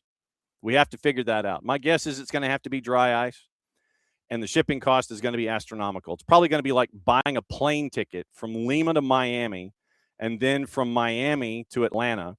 And we probably have to pick it up at like UPS or something and hope that the UPS folks haven't dived into the case and taken the desserts out first, because You know, it's like you open the pack from UPS or whatever, your favorite overnighter. Hey, wait a second, this is empty. What happened? Oh man, we don't know. It's not secured. We don't know what happened. They took the desserts from you first. Like label it like kitchen supplies, or label it like school supplies, like notebooks and pencils. You put that on the outside of the box, but it's packed in dry ice, so it's a special kind of pencil. It's a special kind of notebook. But yeah, we got to figure this stuff out. We've got to figure this out to where we can get that stuff shipped. We absolutely have to. We got to think of like a big day that we could get it shipped and have it here in time for that big day. July 4th, maybe? Something like that. That's a plan. So I'm thinking maybe July 4th. That's just a thought. So maybe we'll work on it for July 4th. We'll see what's going on. So today we have been to Phoenix, Arizona. We have watched the Open Cup draw. We know that Atlanta United on either the 14th or the 15th is going to Fort Finley to take on Chattanooga FC. Oh, and the team that I couldn't read in my own handwriting was Chicago Fire. So Chicago Fire to Detroit City and St. Louis City SC to FC Tulsa. So that's what it looks like. 14-15 and then 28-29. Chattanooga FC had announced on their social media that they don't know the start time yet. And when they do, then tickets will go on sale and then everybody will be happy, and it will be completely and totally out of control. Like I said, this is a game that's going to mean something on a bunch of different levels. And so Chattanooga FC, as of an hour ago, they know they're hosting in the round of 32, but they don't know the when yet. So that's the biggest issue with them. And clicking onto the article after the Tennessee Tempo went over Tennessee Tempo, Chattanooga FC is the only team from MLS Next Pro that remains in the competition. Met 4 times, stretching back to 2017, but never with CFC hosting in a competitive knockout tournament match. So that's what you're staring at with Chattanooga FC. Round of 32 is 14-15. Round of 16 is 28-29. Quarterfinals May 19th and 20th. Then they skip the whole World Cup thing. Semifinals the 15th and 16th of September, and the Open Cup final is October 21st. So that's your grid. 14-15, 28-29. Then they'll draw again for the quarterfinals, and then that'll be May 19 and 20. Those are your next 3 markers. That gets you to the World Cup break, and then it's September for 2, and then the final in October 21st. Okay. It is. He's assembling things in the green room. I'm going to see if it looks like he's ready. He was assembling. All right, thumbs up from the green room. So now we go from Lima, Peru to Seattle. Find out what's going on Major League Soccer, Open Cup, and all the things. We bring in our buddy Niko Moreno from Pulso Sports and Sounder at Heart. What is the cup of coffee, sir? Is it number 2? It is number 2. We're having a easy morning, I gotta say, nice and relaxed.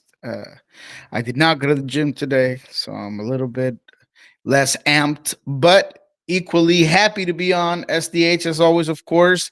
Saying hello to you guys, of course, that wonderful SDH audience, and my man John. Mm-hmm. And just excited to see what you got in store for us this morning. All right, so Open Cup, the findings and the groupings are out.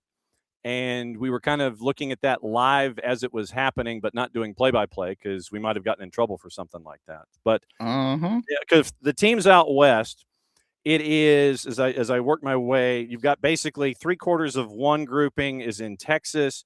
Lou City is in that bracket, which I thought was kind of interesting. Then you've got the 2 Colorado franchises and Sporting and Union Omaha in one group. And then it's Minnesota United, San Jose, Phoenix Rising, and Sacramento. San Jose is hosting Sacramento. Minnesota United is hosting Phoenix Rising. So that is like the only true West-West bracket because Seattle has got kind of like other things on their mind. You know what I'm saying?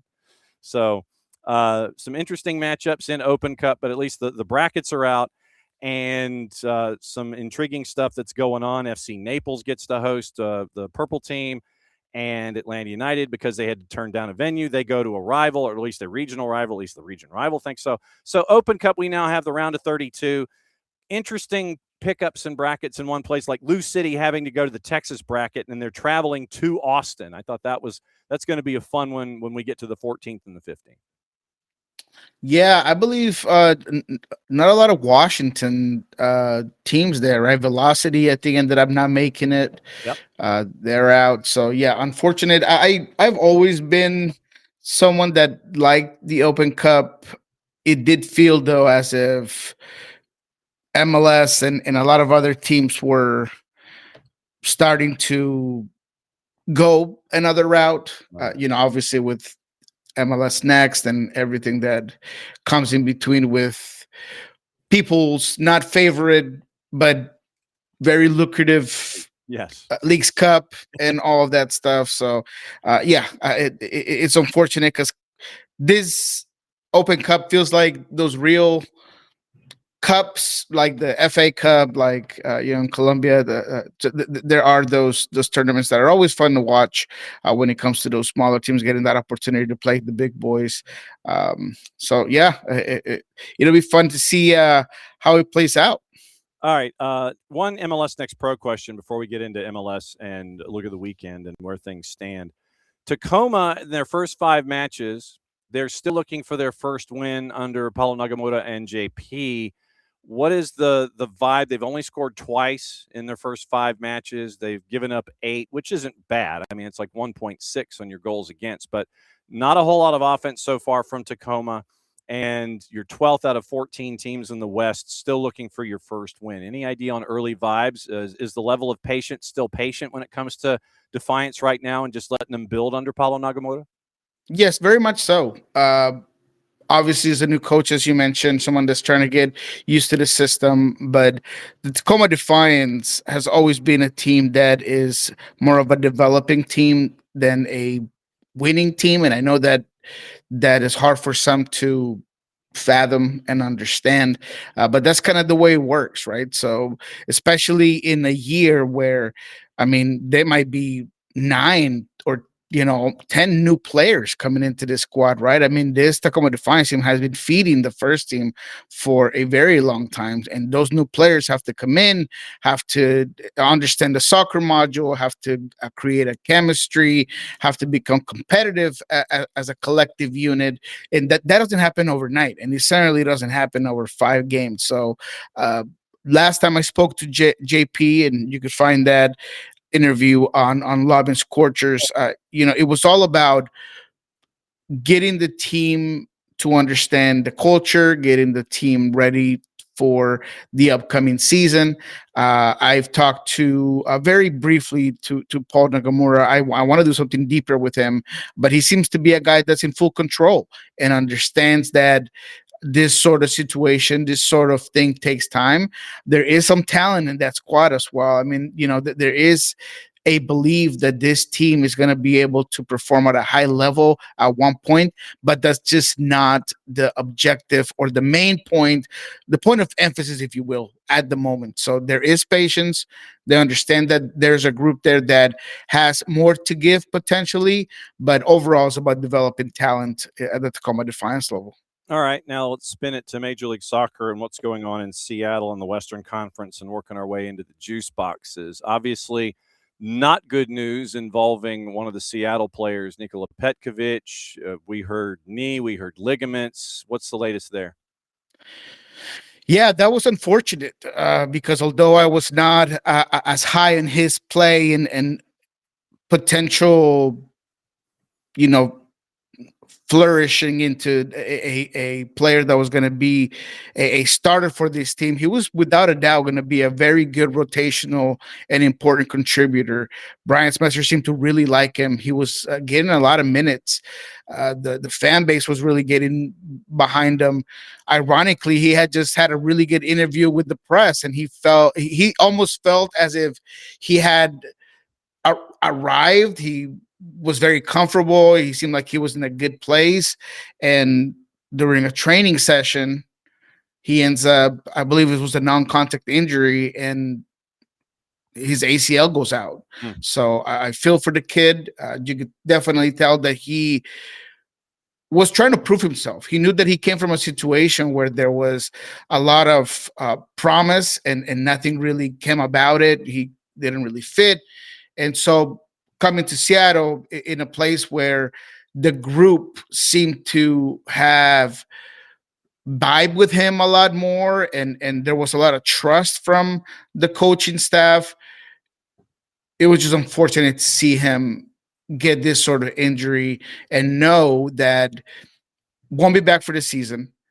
There was going to be, according to Brian Smetzer, he said he was so impressed by the young man's work that he felt like he wanted to bring him back and figure out if there was a way to pick up that option or negotiate or something to that effect. But that now becomes almost, I'm not going to call it impossible, but it's going to be very, very hard for the Sounders to figure out a way to bring Nikola back with this sort of injury. I mean, obviously, maybe you can not pick up his option and then negotiate, try to get him at a very low, very big discount type of situation, very low salary, very low buy in for the player. But yeah, just unfortunate. In terms of the team in general, Brian Schmetzer did sound very confident in what he has left over. Schneider Burnell, Hassani Dawson is back with the team. He's practiced in full. It looks like he has overcome the concussion protocol. Obviously, you got Christian Roldan, maybe even a Peter Kingston, who has one more call-up for MLS play. And then after that, the Sounders would have to figure out if they want to bring him in. I really like Peter Kingston. I think he's been a player that could do a lot of great things at that midfield for the Sounders. So there is a lot of depth there, but unfortunate, and I feel for Nikola. And diving into juice boxes and matchups, Seattle's a bit of a dog going to Houston to take on Dynamo at Hell in a Shell. They're at a plus. That's interesting. They're a plus 175, and Houston is a plus 160. The draw is a plus 250. What say you, Niko Moreno? Yeah, look, the draw is always interesting between these two teams, but I do like Seattle. Houston has been, I don't know how to call it, irrecognizable. They just kind of completely flipped it, in my opinion, where they're a team, especially under Olsen, that now they're just trying to go toe-to-toe, middle of the ring. We're going to exchange blows with you. And they've been in a couple of shootouts. And, I think Guilherme has been phenomenal. And Guilherme is undeniably the epicenter of every big attack that team has. Unfortunately, Inali is once again injured, and that's tough for the kid. But there's a lot of firepower there, Bogut's, and I still believe in Ponce. I don't think he has quite arrived, and I know that fans have become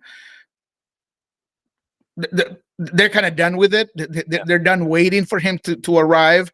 But I do believe that there's a lot of firepower there, so it's going to be a fun matchup. But I do think that, because Houston is going to want to press Seattle, they're going to want to be aggressive. That's how Jesus Ferreira described this Houston team, very aggressive. I think that they're going to open up a lot, and that's going to give Seattle a lot of spaces for Jordan Morris to hopefully get in this game and perform. Jesus Ferreira, who's been very good finding pockets. Paul Rothrock, who seems to be able to get behind every defense that he faces. I do think that the Sounders match up well, and I think they're going to go to Houston and get a result. I do think that they're going to win this game. I'm gonna go ahead and say it. I'm not going to go around it. I think that they're going to get it. Tino Lopez will start in this one, which should be interesting next to Jackson Reagan. Probably going to see a Kalani Kosariensi also in this one, because Alex Roldan has been working separately from the group, which obviously leads me to believe that he won't be available for 90 minutes or maybe even available at all for this particular game. The Sounders have a huge game in El Volcan midweek against a very good Tigres team. So I know that Brian Smetzer is going to be doing some long division, trying to figure out what the best equation is to get a result there. But even with all that, I do think that Seattle has enough to get a result. Maybe that's why they're kind of in that number of odds, but I do think that they have the ability to go out there and win. Yep, and obviously we'll keep an eye on that. But yeah, you mentioned Bogus and Guilherme and Ponce and McGlynn, and I mean they can come swinging at you. So now that you have piqued my interest, let me go ahead and dig it up here.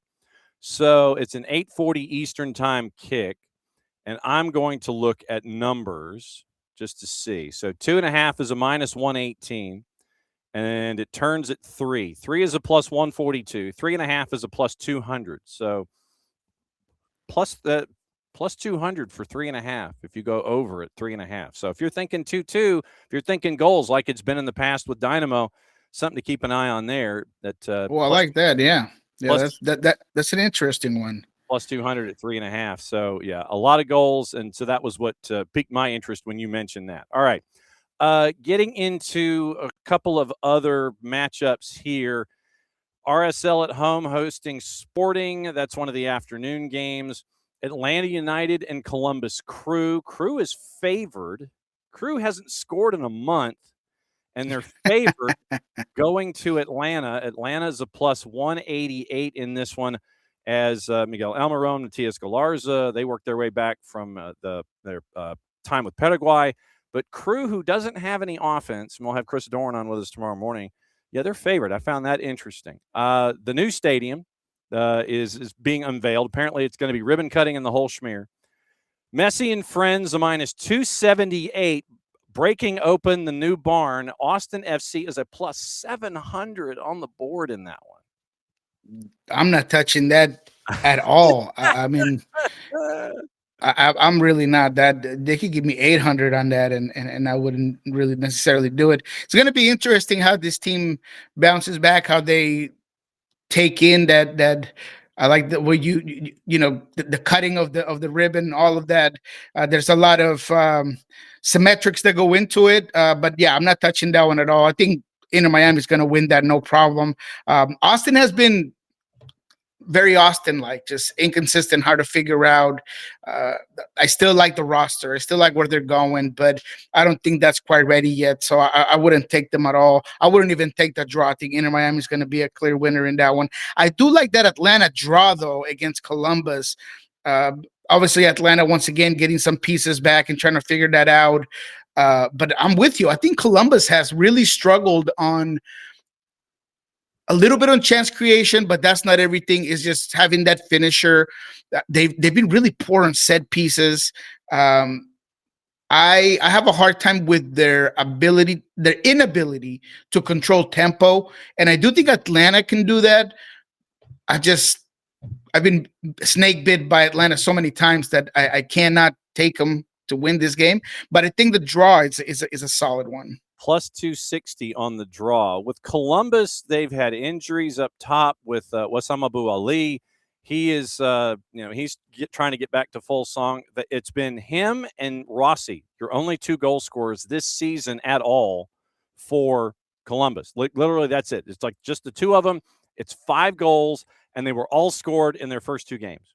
And you're wondering, okay, where's this offense? I think they're still trying to get integrated into what Henrik Rydstrom wants them to do, where it's the Wilfred Nancy spinoff in Henrik Rydstrom, and it's like, okay, so it's a little different. It's like Wilfred Nancy adjacent is Henrik Rydstrom, and so what do you want? What do you want us to do? How are we different?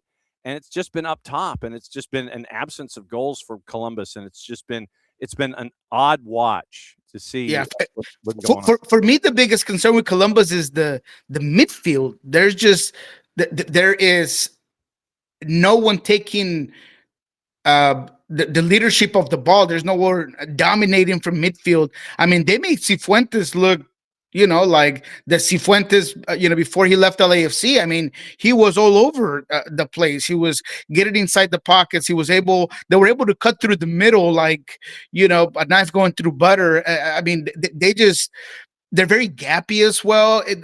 It just doesn't look like a Columbus Crew team. And obviously the injuries and the inability to score doesn't help out. And Diego Rossi looks exhausted. For it to be this early in the season, he just looks like a guy that is looking around like, who's going to help out? It's tough to watch. Yep. Charlotte's hosting Philadelphia. Charlotte's favored 7:40 Eastern time. Charlotte is a +114. Philadelphia on the road is a plus 250, and the juice boxers, they just kind of threw spaghetti on the wall and said, yeah, that's a 260 also. I'm seeing a lot of the same numbers early in the week when it comes to these matchups. You'll see a lot of the juice boxers sit there and go 3 or 4 games will have the same numbers on opposition and on draw. 260 again for Charlotte and Philly. Philly, like we've been talking about with Columbus, I don't know what Philly team I'm going to get on a daily basis. And is it going to be the team that has proven that they don't need Ty Barabo up top and that they're going to get their offense from other places like Milan Olaski? Or is it going to be the one that is still trying to figure out who they are? And you still have in Bradley Carnell, Jim Curtin adjacent. You still have some of the characteristics that we've seen from Philly, but it's now under Bradley Carnell, and they're trying to find offense, and you don't know which Philadelphia team you're going to get on a daily basis. The funny part there is that I also don't know what Charlotte team I'm going to get. True. Am I going to get the one that put 6 on the Red Bulls, or I'm going to get the one that just couldn't defend at all earlier in the season? What type of a Bada am I going to get? What type of Pep Biel? Pep Biel just feels to be a guy that needs to, get on the scoreboard early or he needs to get going pretty quickly, or otherwise he just goes off the hinges. Defensively, Charlotte, regardless of good or bad, I just don't think that they're a very strong team defensively. Now, Kalina will keep you in every single game, but how much can he do? So this is going to be probably a game that it's just going to be a wash. Like it's hard to figure out what you're going to get. I don't see a lot of goals in this one, but still, I don't want to touch it at all. Yeah. The one I'm looking at though for that Saturday night is the LAFC Orlando City. Okay. I want to see the goal compos, and I want to see the numbers on that. All right, LAFC is a minus 312. Draws a plus 500. Ooh. And the purple team is a plus 700. Oh. So going into the goal numbers, and like you said earlier, I ain't touching this one. But 2.5 is a minus 278. They think there's going to be a lot of goals in this one. Oh yeah. 2.5 is a minus 278. 3.5 is a minus 114, and that's when it flips. 4 is a plus 150. 4.5 is a plus 200. You're going to get 5 goals in that one and go over to plus 4.5? Even if I did, it's not enough. Like you might get it, but I like to bet where I can get most out of my picks, and I don't know if that would be it. I do think that this could be one that there's going to be more than 4 goals. You know what? Maybe I'm giving it too much credit as well, because LAFC has struggled to score, but Orlando is such a willing team to allow you to just come in, sir, please score. That maybe 3 would be more about what I think would be. I think a 3-0, maybe a 3-1 is what I would see out of this LAFC team. So I'm with you, not touching it. Did not know the numbers were going to be so skewed. Just a little bit too rich for my blood. But I do think LAFC is going to have probably their best offensive game since their opener. I do think that Orlando City is just such a naive team defensively. They look like a team that does not know who they are at all. There's no character. There's no response. It seems like they get scored on and ears go down, shoulders go down, demeanor's not there. There's no fight in this Orlando team. I just think LAFC is going to take that one, no problem. And you got Antoine Griezmann coming. Yeah, there you go. Yeah, here we go. That's going to fix it all. Oh, God. Yeah. 2 games out west. Vancouver and Portland. Vancouver's a minus 286. Portland's a plus 800. Draws a plus 470. How much patience is Portland going to have on their current head coach before they start to sit there and scratch their head and go, nah, we probably should go our separate ways?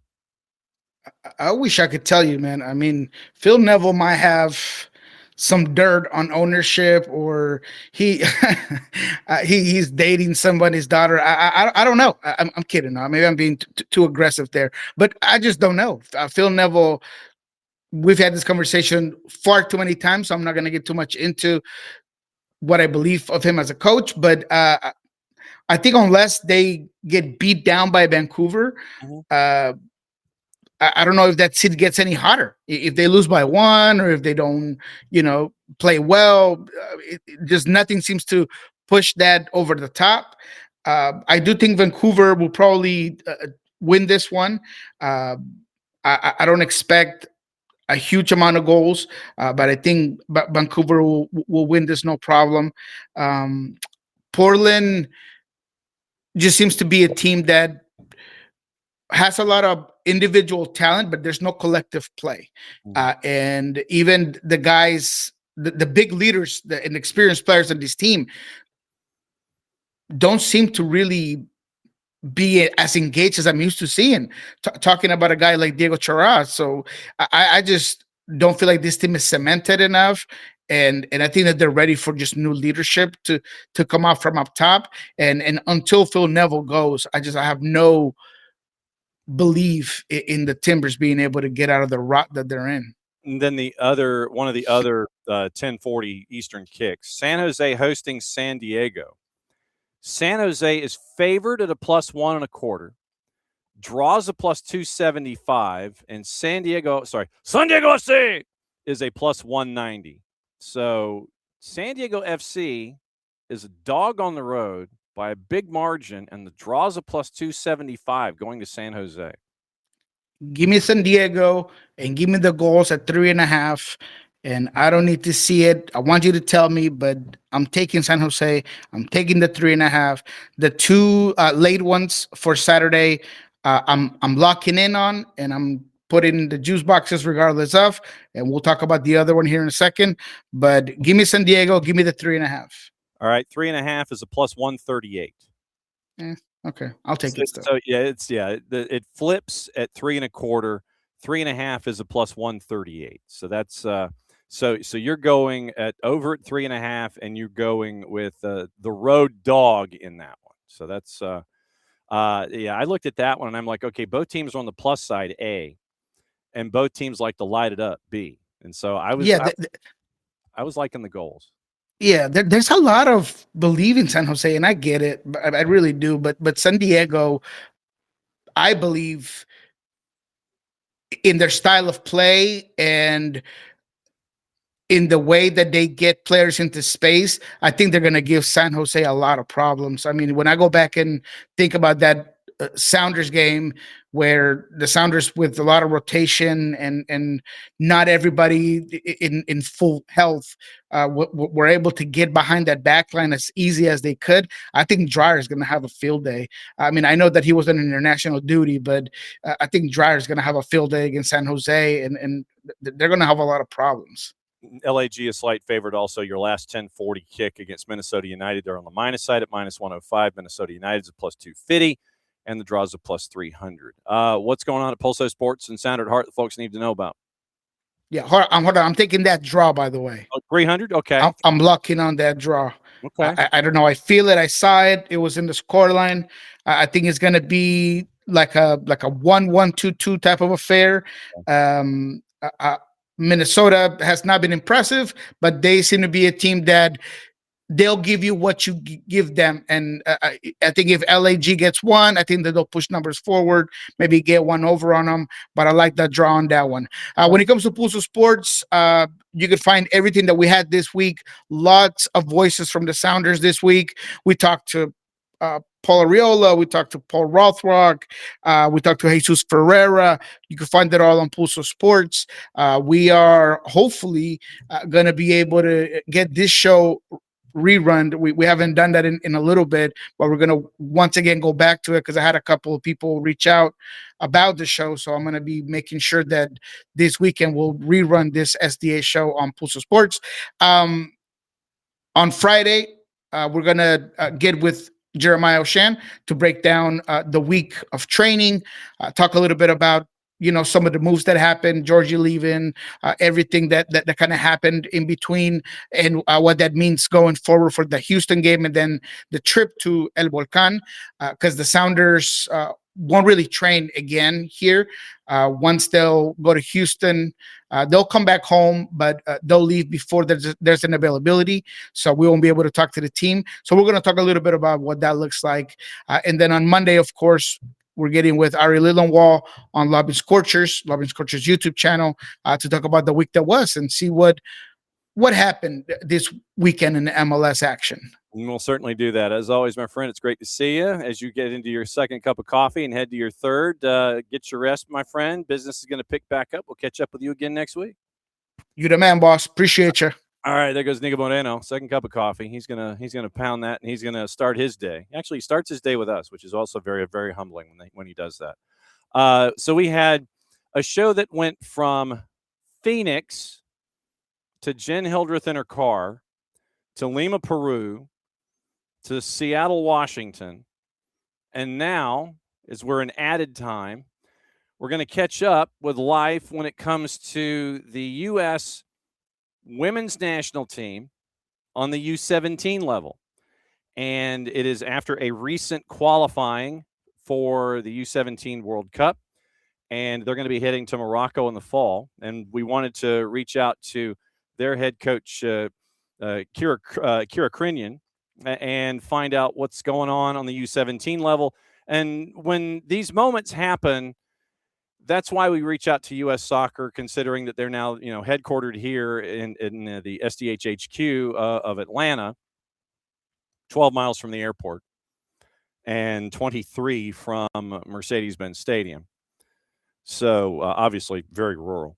And it was an opportunity for us once again to catch up with Rob after having gone to Argentina. And now with the U17s on the women's side making their way to the U17 World Cup, it was a chance for us to catch up with Coach Crinion, find out what's going on and what the ride's been like and what to expect from CONCACAF in this age group and a bunch of different things. So it was a great overarching conversation that we had with Coach Crinion. Here you go. Welcome to Added Time on a Thursday. So, Coach, how much time did you give yourself to actually celebrate the hoisting of a trophy in Costa Rica before you got back to work? I think it's usually maybe about 24 hours to fly home, maybe the next day. Turnaround is usually pretty quick. And when you look back at the experience down there where U17s, you win and you're heading to the World Cup later on this year, when you look back just from like 30,000 feet and a couple of weeks detached, what sticks out in your mind from the performance that the team gave down there? Yeah, I mean, so we had a couple of camps in the build-up. We had international camps in January and February. So it was kind of nice then going into CONCACAF and the March, having kind of built off of 2 camps previously with 4 international games. So it felt like going into Costa Rica, we were just in a good place in terms of players' individual development, the plan, where we were. So just not even about results, just more about how we played and our tactical intention and just the individual players' kind of growth, and seeing that over the last 3 months was probably, obviously you go in to qualify for a World Cup and that's always going to be there. But I think we always talk about the process and the development piece and us as individuals, but then obviously how we play as a team as well. I think when we kind of look back and just that overview of the tournament, I think we played some really good soccer, which was nice. And that was probably one of our key takeaways, just some individual development of the players, and then the collective of how we played as well was something that we were really happy about. How difficult is it to coach in fits and starts, because they're not with you 24/7, 365. They go off to school or professional ranks and then they come back, and then they go and then they come back. How difficult is that for someone who doesn't quite understand the ins and outs and thinks that it's a fairly consistent thing? How hard is that? It's different, that's for sure. And I think we always talk about it too. When you play internationally, you live and play together. So everything is kind of condensed and everything is kind of on top of each other, but it's also what makes it great. So it's definitely different than what your home environment is and what that looks like. And you've a limited amount of time, like with the players in front of you, as everyone has. So for us, it's always about, again, how do we maximize that opportunity? How do we use every moment, if it's out on the grass, if it's in, the meeting space, or just time off as a team, how we spend that together. we're very intentional about everything that we do. But you can get a lot done when you live and you play together in international camps. How long did it take you to formulate your game plan as a national coach to kind of get the mix right? Or is it still pretty much something that is cycle by cycle? Okay, I've got to adjust something here. This group might need more film. This group might need more outdoors. How long did it take you to kind of get your baseline as to how you approach things? Yeah, I mean, we have a development plan and we have a pathway. So when it goes into like how we prepare, it's usually any time, like throughout, I've had this group in the 16s and the 17 cycle. So it's always been a bigger plan and what that looks like and where we are. And then it's kind of meeting the players where they're at, and each and every age group kind of can look and feel a little bit different, and you kind of see where they're at and where you maybe need to spend more time with some of the messages and things that we do. But our pathway is kind of clear from our 15s all the way up to our 23s to our women. So there's always, in terms of how we go in, we don't necessarily plan game to game or camp to camp. There's kind of an overview and a cycle plan that we know we want to have players on in that pathway. And I think the time at which you can kind of move on or what you're talking about next just kind of depends on where that group is at. And like I said, you kind of meet the players where they're at. When it comes to CONCACAF in general, and I know that for those of us who completely will watch a U.S., British Virgin Islands, U16, U17 match, doesn't matter, qualifier, friendly, what have you, at 8:30 in the morning, in some island in the Caribbean. When it comes to CONCACAF on the whole, some folks who don't watch as consistently may get wrapped up into seeing final scores that are distant. Mm-hmm. How would you describe where CONCACAF is right now at your age group, and how are you gauging like level of competition and where CONCACAF on the whole is right now? Yeah, I think like the format of our CONCACAF changed a couple of years ago, where we kind of went through group stages and then we played a semi-final and a final. So you kind of saw a mix of different teams. And then in the past recent years, it's just gone to group games where you play your 3 group games. So it looks and feels a little bit different at times. And I know sometimes we look and there can feel like there is that disparity between teams. I think overall what we're all trying to do is grow the game. And sometimes, like I said, that can look different for different federations. So I think, over the last couple of years, we've even seen like this year, Puerto Rico qualified, which was awesome. And that, they haven't qualified for a while. So we're seeing just the game kind of changing. And we talk a lot about everyone talks about how the rest of the world is catching up. So with CONCACAF, we're still obviously trying to grow in that exposure to those teams coming and playing in a CONCACAF. And again, they see maybe where we're at, and it doesn't necessarily mean that they, have to be there, but at least that's there. And we also do try and help support those other federations too. Like I know when we're in CONCACAF, like we've 4 teams staying in the same hotel. So even just the interactions, like we had some good interactions with some of the coaches of the countries that we're playing against. And it's just starting to even understand like what resources they have. And obviously we look a little bit different, but how can we also support them and maybe spend time with them in terms of what it looks like. So I think obviously there's still a long way to go, I think, within the women's game in some of these countries in general. But hopefully, like I said, when we go into these tournaments, it is about a lot more than just those results. And like I said, I think over the past, hopefully, couple of years in the future, that we can continue to help grow some of the other countries as well in terms of, playing and having more competition or having exposure and having support. I think is probably one of the biggest things that we see is the difference. You're reading my notes, obviously, when it comes to all these questions, because that was going to be my follow-up, is if you have interactions with these other coaches in the nations where they're trying to develop and they're trying to grow. And, I imagine that the range of emotions that they're having could be from understanding to frustrating to, it's like wanting to be enthusiastic to improve. And you mentioned the conversations. What advice in general would you give? And I guess this is a universal thought for those programs, doesn't matter what level, could be CONCACAF, could be representing a country, could be college.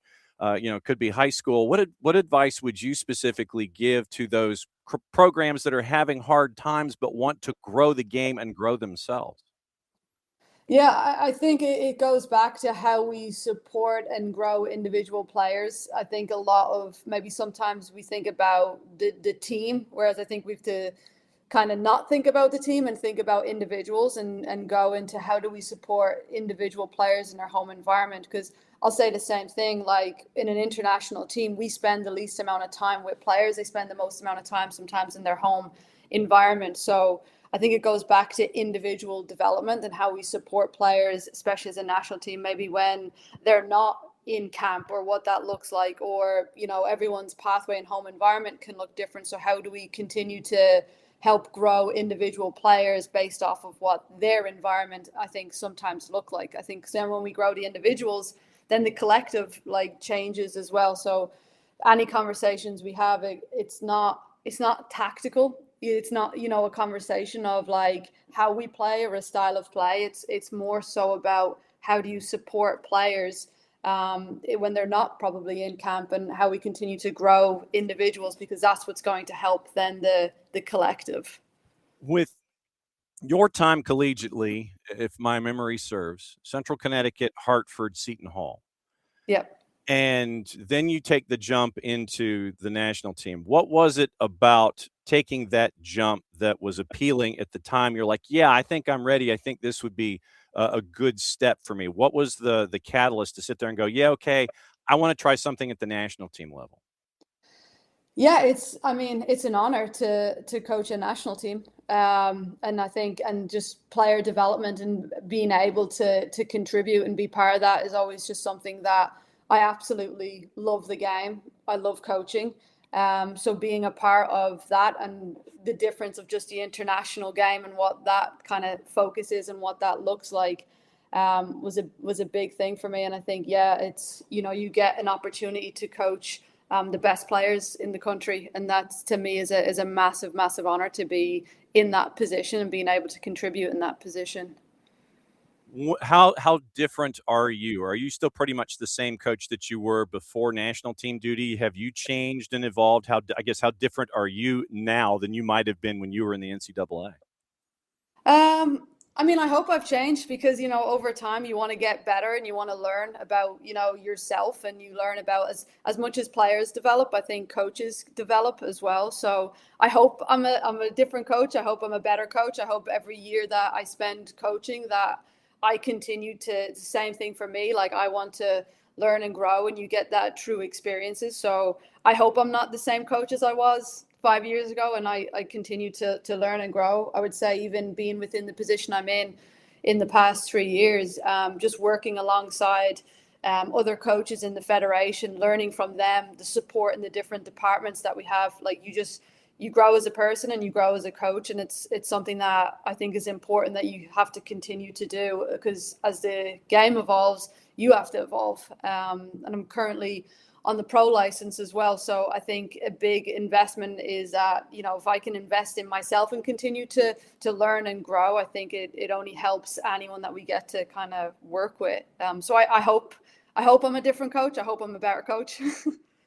What was the most recent lesson you've learned along the way that has stuck with you about your evolution in coaching? Oh, God, that's a great question. What has stuck with me? God, I don't know. I didn't mean to turn this into Final Jeopardy, but it's was it something, whether it's day-to-day approach, how you retain information, how you differentiate, how you manage players? What was it something in that vein, or was it something entirely different? Or what have I done in asking you this question? What have you done? You've completely stumped me. To be honest, I think probably one of the biggest things too is, I think sometimes when you go into coaching, you do think about teams and you do think about that bigger picture. And I think probably one of the biggest things that for me hits home and I've learned is actually coaching individuals within the team. And I think that's probably something that you can't get caught up doing. You can't get caught up thinking too much about the teams or results. It really is about individuals, and it's about For us, it's about our pathway, it's about our development. And for us, we want to develop players that play on the women's national team one day. So I think probably you have to change your mindset in terms of thinking that you have to grow a team or a winning team. Like part of that is actually how you coach individuals and how every player needs something different from you. And that can, like I said, that can be like the soccer piece, or how they learn, or how they understand things, or they need more clarity on certain areas. Or like I said, sometimes players can learn when the ball's rolling and it's in training, or some of them are better learners when we're in a classroom session. Some of them like being on a tactics board, and then some of them have maybe their biggest takeaways when you're in an IDP and you're in a one-on-one situation. So I think probably just how we connect with players and how we just grow individual players is probably one of the biggest things, and the impact that has, more so than as a coach. It's weirdly less about the team and that piece of it. It's really more about your connection and how you coach individuals. Because I was going to ask, when you have camps and preparation and tournaments and such, then when that's over, then what are you doing? Because you're waiting for that next camp and you're prepping for that next camp. What is the quote unquote downtime like? And yeah, I did just use air quotes. Yeah. But when you're not in tournament mode and when you're not in camp mode, what do national team coaches do in that gap space? Yeah, I mean, that's the time that again, I think camp goes into, there's a preparation phase of camp, there's the in camp, and then there's like how you kind of close out camp as well.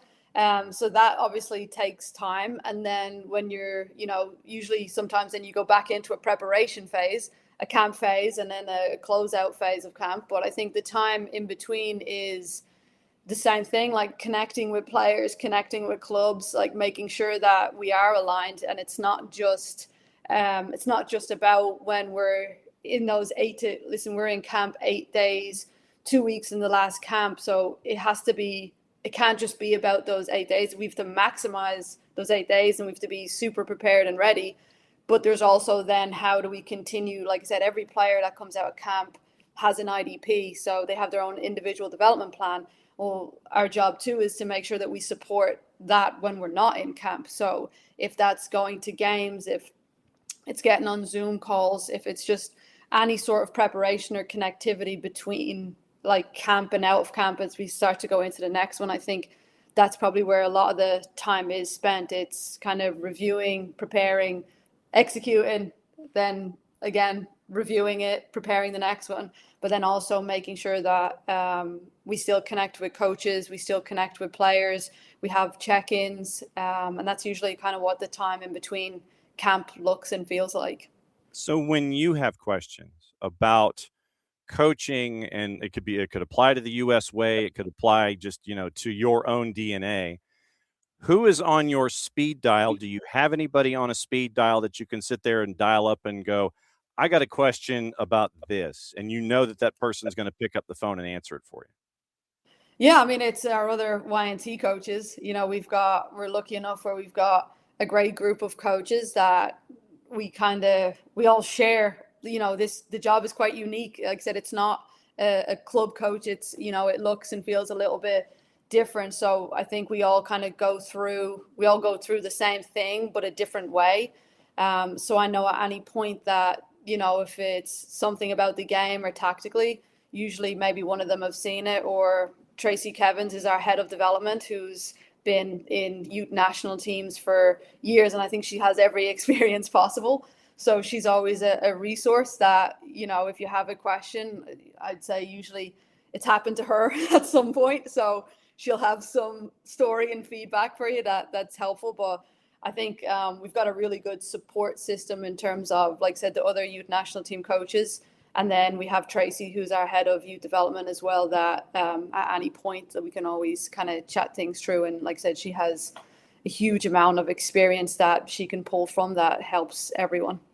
When I mention the U.S. way, that is something that is there inside the walls as a philosophy and a foundation for work that goes forward every single day. For someone who doesn't know the U.S. way, or as a fan of soccer and as a fan of national teams, but may not necessarily understand the U.S. way, how would you best describe that?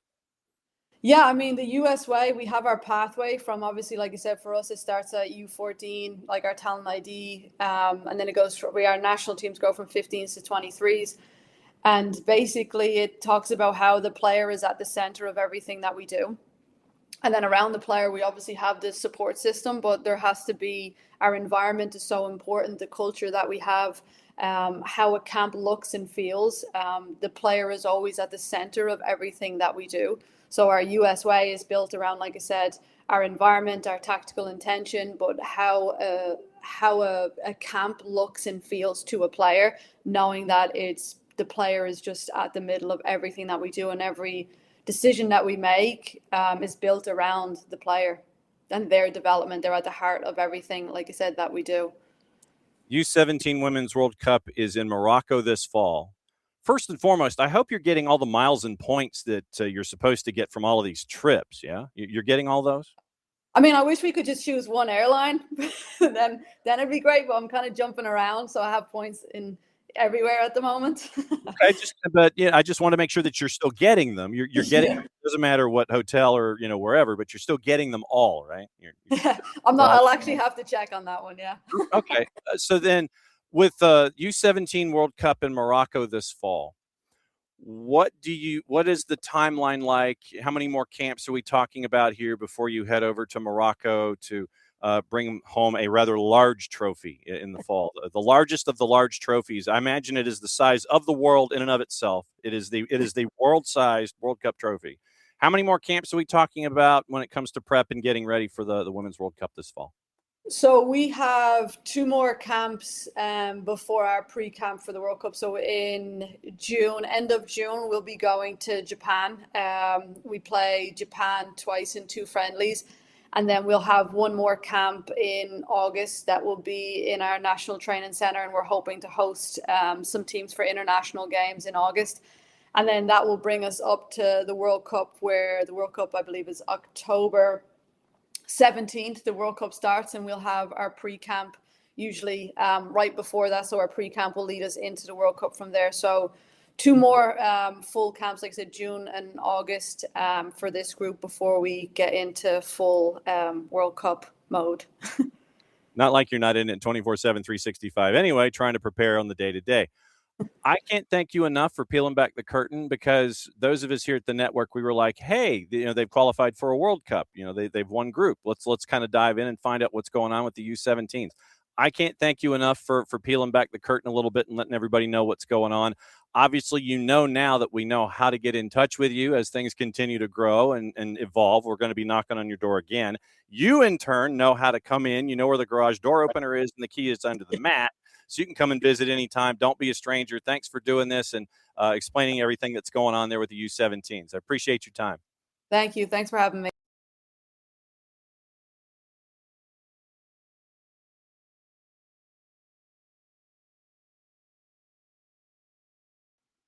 Maybe if I unmuted myself.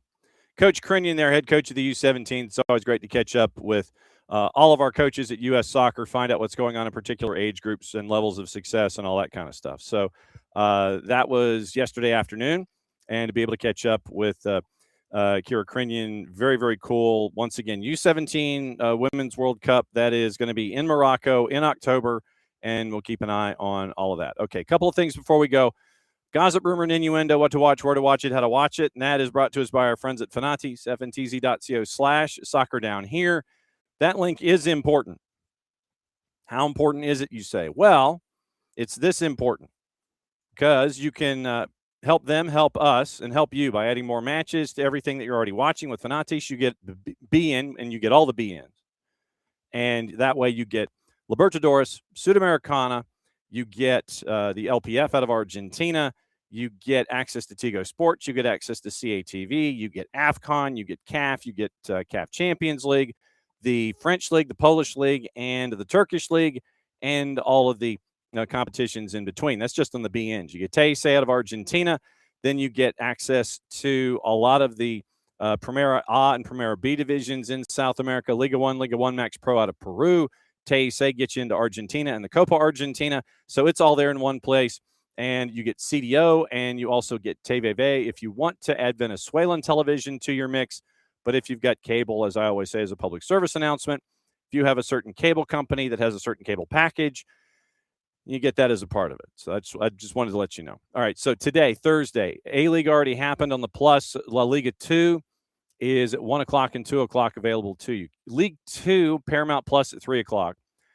CBS Sports Network on the women's side, UEFA Champions League, Barcelona, Real Madrid coming up a little over an hour. Lyon and Wolfsburg is at 3. Simulcast on ESPN Deportes. Fox Deportes has Liga MX tonight. Chivas and Mazatlan at 9 o'clock. A-League is at 1:45 apparently for the A-League on the Plus. Fox ONE has Chivas and Mazatlan once again. They're simulcasting Fox Deportes, and Paramount Plus is simulcasting Champions League with the 2 matches at 12:45 and 3. That is what to watch, where to watch it, how to watch and how to watch it is brought to us by our friends at Fanatis, eventz.co/soccer down here. So now, gossip, rumor, and innuendo before we get out of here. And let's see. World Cup finals tickets have hit just under $11,000 as FIFA has reopened the sales. Donnarumma cried with sadness, apparently after Italy's loss. Gigi Buffon has resigned his position with the federation. He posted that to the 280-character app for about an hour ago. And so he was told not to do it immediately after the loss in and of itself, but he did have a lot of words of wisdom for the those who succeed, both him and everyone else that is going to be in the administration. So go to Gigi Buffon's Twitter, and you can find out about his resignation from the federation. Arsenal and Real Madrid, keen on Leverkusen striker Christian Kofane. Florian Plettenberg says that Arsenal impressed by the 19-year-old during their time against the club in the UEFA Champions League quarters. Los Blancos also keeping tabs on the situation. Leverkusen would be willing to part ways apparently with Kofane in the summer. They get an offer in the region of 65 million euro, 8 goals contributions in 23 Bundesliga matches this year. Manchester United weighing up a move for Samuel Dahl from Benfica, according to Record. United have been linked with Miles Lewis-Skelly and Bayern's Alphonso Davies in recent weeks, but Dahl, cheaper option. Regular starter under Jose Mourinho. And United midfielder Manuel Ugarte is on the radar of Juve. Tuttosport reveals Bianconeri see him as an intriguing signing. Whether the deal is possible hinges on the Premier League club and willing to agree to an initial loan in which his €4 million per season salary would be covered. PSG, clubs in the Prem, pushing to sign Real Madrid midfielder Camavinga, according to AS. Reported to be unsatisfied with his current role with Los Blancos. Believes it could limit his chances in starting for France at the World Cup this summer. It's created uncertainty around his future at the Bernabeu. PSG want to land him after missing out on him in 21. England clubs see him as a strong fit for the high tempo and physical style of the Prem. Barcelona, aware of growing interest in Jules Koundé from Liverpool, City, and Chelsea. Mundo Deportivo reports 3 Premier League clubs all watching the 27-year-old situation closely, with the Reds wanting to land a more defensive option after replacing Trent Alexander-Arnold with Jeremy Frimpong last summer. Koundé remains contracted at the Camp Nou to the summer of 2030. Blaugrana could be tempted to accept a significant offer. Team talk once again. Liverpool, Chelsea, Newcastle interested in Monaco midfielder Lamine Camara. And Newcastle have taken up a strong position in the race to sign the 22-year-old Senegalese international, having, quote, intensified their pursuit in recent weeks. Linked to Newcastle as a potential replacement for Manchester United link Sandro Tonali. Monaco expected to be willing to move on him for the right fee. Juve and AC Milan have made recent inquiries about Lewandowski, Gazzetta dello Sport. Caught offside, Liverpool and Manchester United both looking at Borussia Dortmund defender Nico Schlotterbeck. Team talk, Manchester City made progress during talks with attacking midfielder Phil Foden on a new deal. 3-letter paper, Barcelona leading the race for Bernardo Silva. AS, Atletico de Madrid planning to begin talks to sign on loan midfielder Nico Gonzalez permanently from Juve. Current permanent option clause is €32 million. City leading the race ahead of several Premier League clubs for AC Milan keeper Alessandro Longoni, that's from Nicola Schira. Palmeiras striker Jose Manuel Lopez has been identified by Brentford as a potential future replacement for Igor Thiago. That's from Ekrem Konur.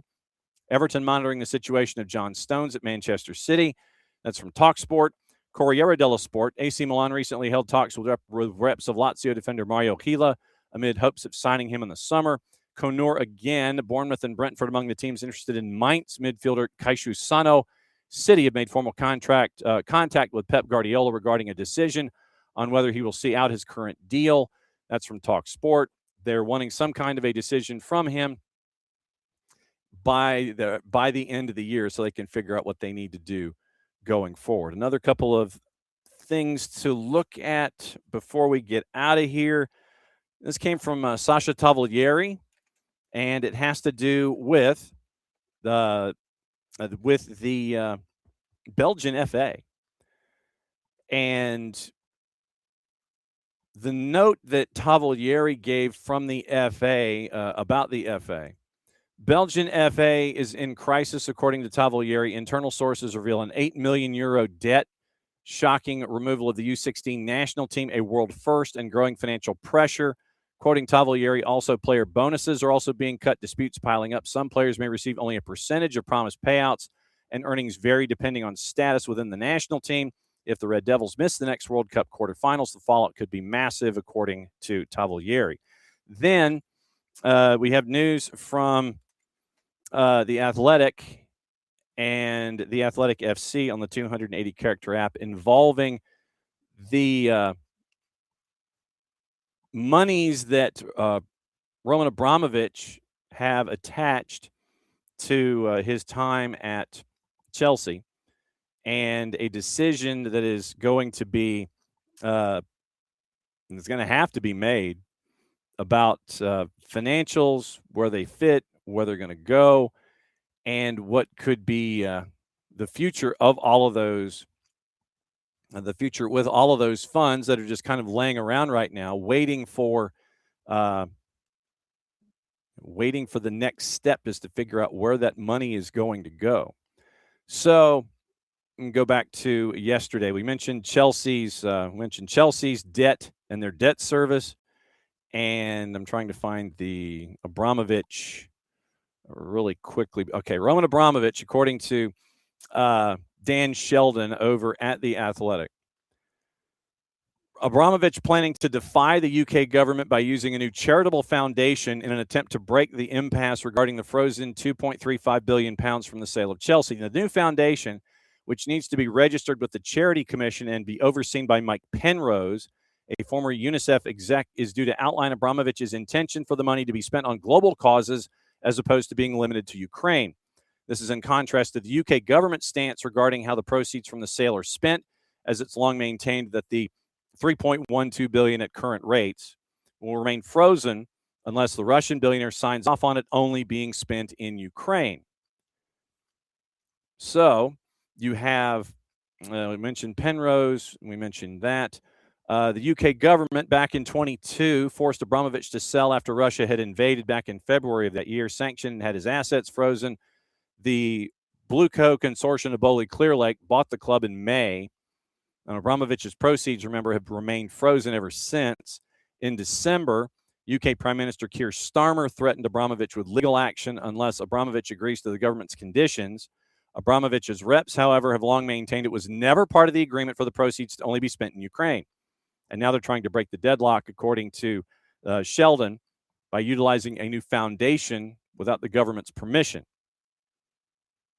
Spokesperson for Abramovich told Sheldon, quote, "Our understanding is that a foundation is currently in the process of being registered, which we welcome. Mr. Abramovich maintains his intention to donate funds to humanitarian causes once the relevant legal obstacles are resolved," end quote.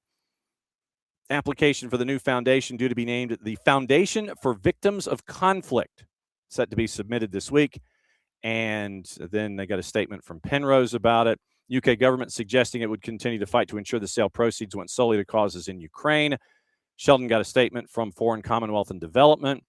And then you have, Athletic previously reported on Abramovich's legal team informing the UK government that the proceeds are wholly his, and he would fight any attempt to confiscate them. In correspondence seen by The Athletic, Abramovich's lawyers also said that the UK government appears to be treating this proposed donation as a form of punitive measure against Mr. Abramovich. Central to the disputes, the ongoing investigation into the Russian in Jersey, which included more than $7 billion worth of Abramovich-linked assets being seized by the Jersey Royal Court back in March of 22. So that is the latest there with Roman Abramovich and Chelsea. Leeds 24-25 accounts have been released, the ninth highest commercial income in the English game. Record turnover, but a loss of £49.2 million. So keep an eye on that going forward as well. Trying to see if there's anything else that I might have missed, as we're only 20 minutes away from a third hour being completed. Ricky sent the link out about the new pre-match top, red, white, and blue with stars, and I'm sure that I'm going to have to pick it up at some point. Why do they do this to me? Why do they do this to me? So reinforcing the Guardiola decision, not going to be made till the end of the season. Manchester United's planning a £1.2 million weekly wage cut with the exits of higher earners. Sheffield United now is at the center of a U.S. ownership's legal row. Co-owners Stephen Rosen and Helmi El-Touki are being sued in Delaware by a businessman who says he orchestrated the £100 million takeover. This is from Mike McGrath. Huge fallout behind the scenes after the COH Sports takeover at Bramall Lane last year. Rosen and El-Touki are being sued for fraud over the deal to buy the club. Legal case brought by Tom Page, an English-born investor and entrepreneur now based in California, says he set up the takeover before being cut out of the final deal. For their part, COH say the complaint is entirely without merit, of course, seeking to have the case dismissed. And so required reading today is over at the Telegraph involving Sheffield United. So we'll keep an eye out on that, and we'll read that story to ourselves once we're done for the day. Let's see. Yeah, and go back and watch the red card, or the card on Sonia Bonpastor after the hair pull on Alyssa Thompson went unpunished in the end of the Champions League tie. So there's that. Roberto De Zerbi is not winning a whole lot of friends right now with early statements having to do with Mason Greenwood. You've already had some fan groups that are attached to Spurs sit there and go, we don't want him. We'll still support the club, but we don't want him here.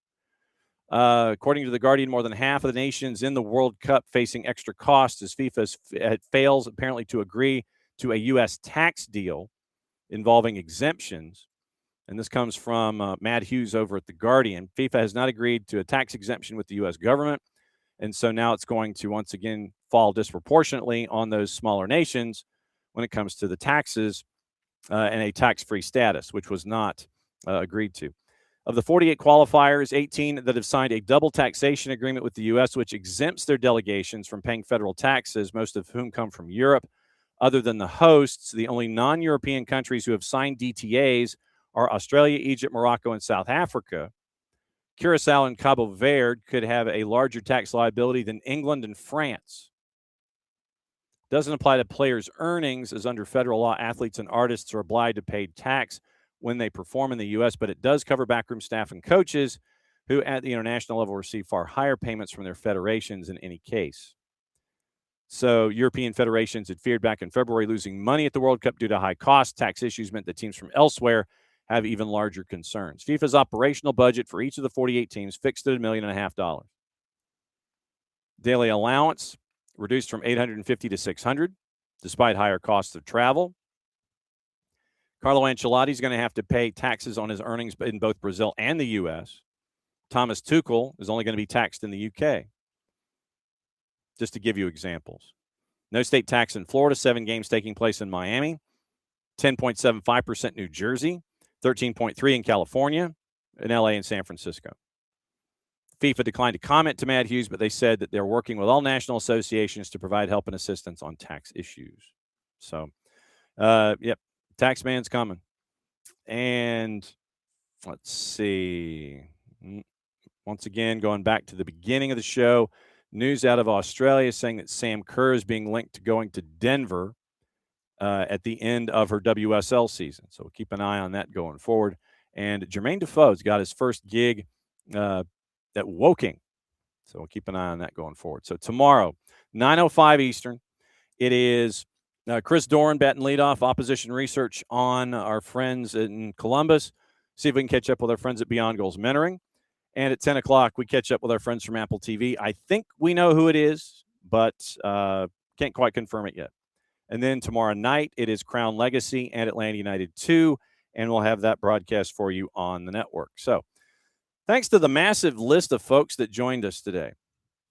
Ciara Crinion, the head coach of the U17s on the women's side here for the United States. It was Nino and Nico. It was Jenn Hildreth. It was Rob Valentino, and we had the Open Cup draw. So that's a big show. It's a big honking show.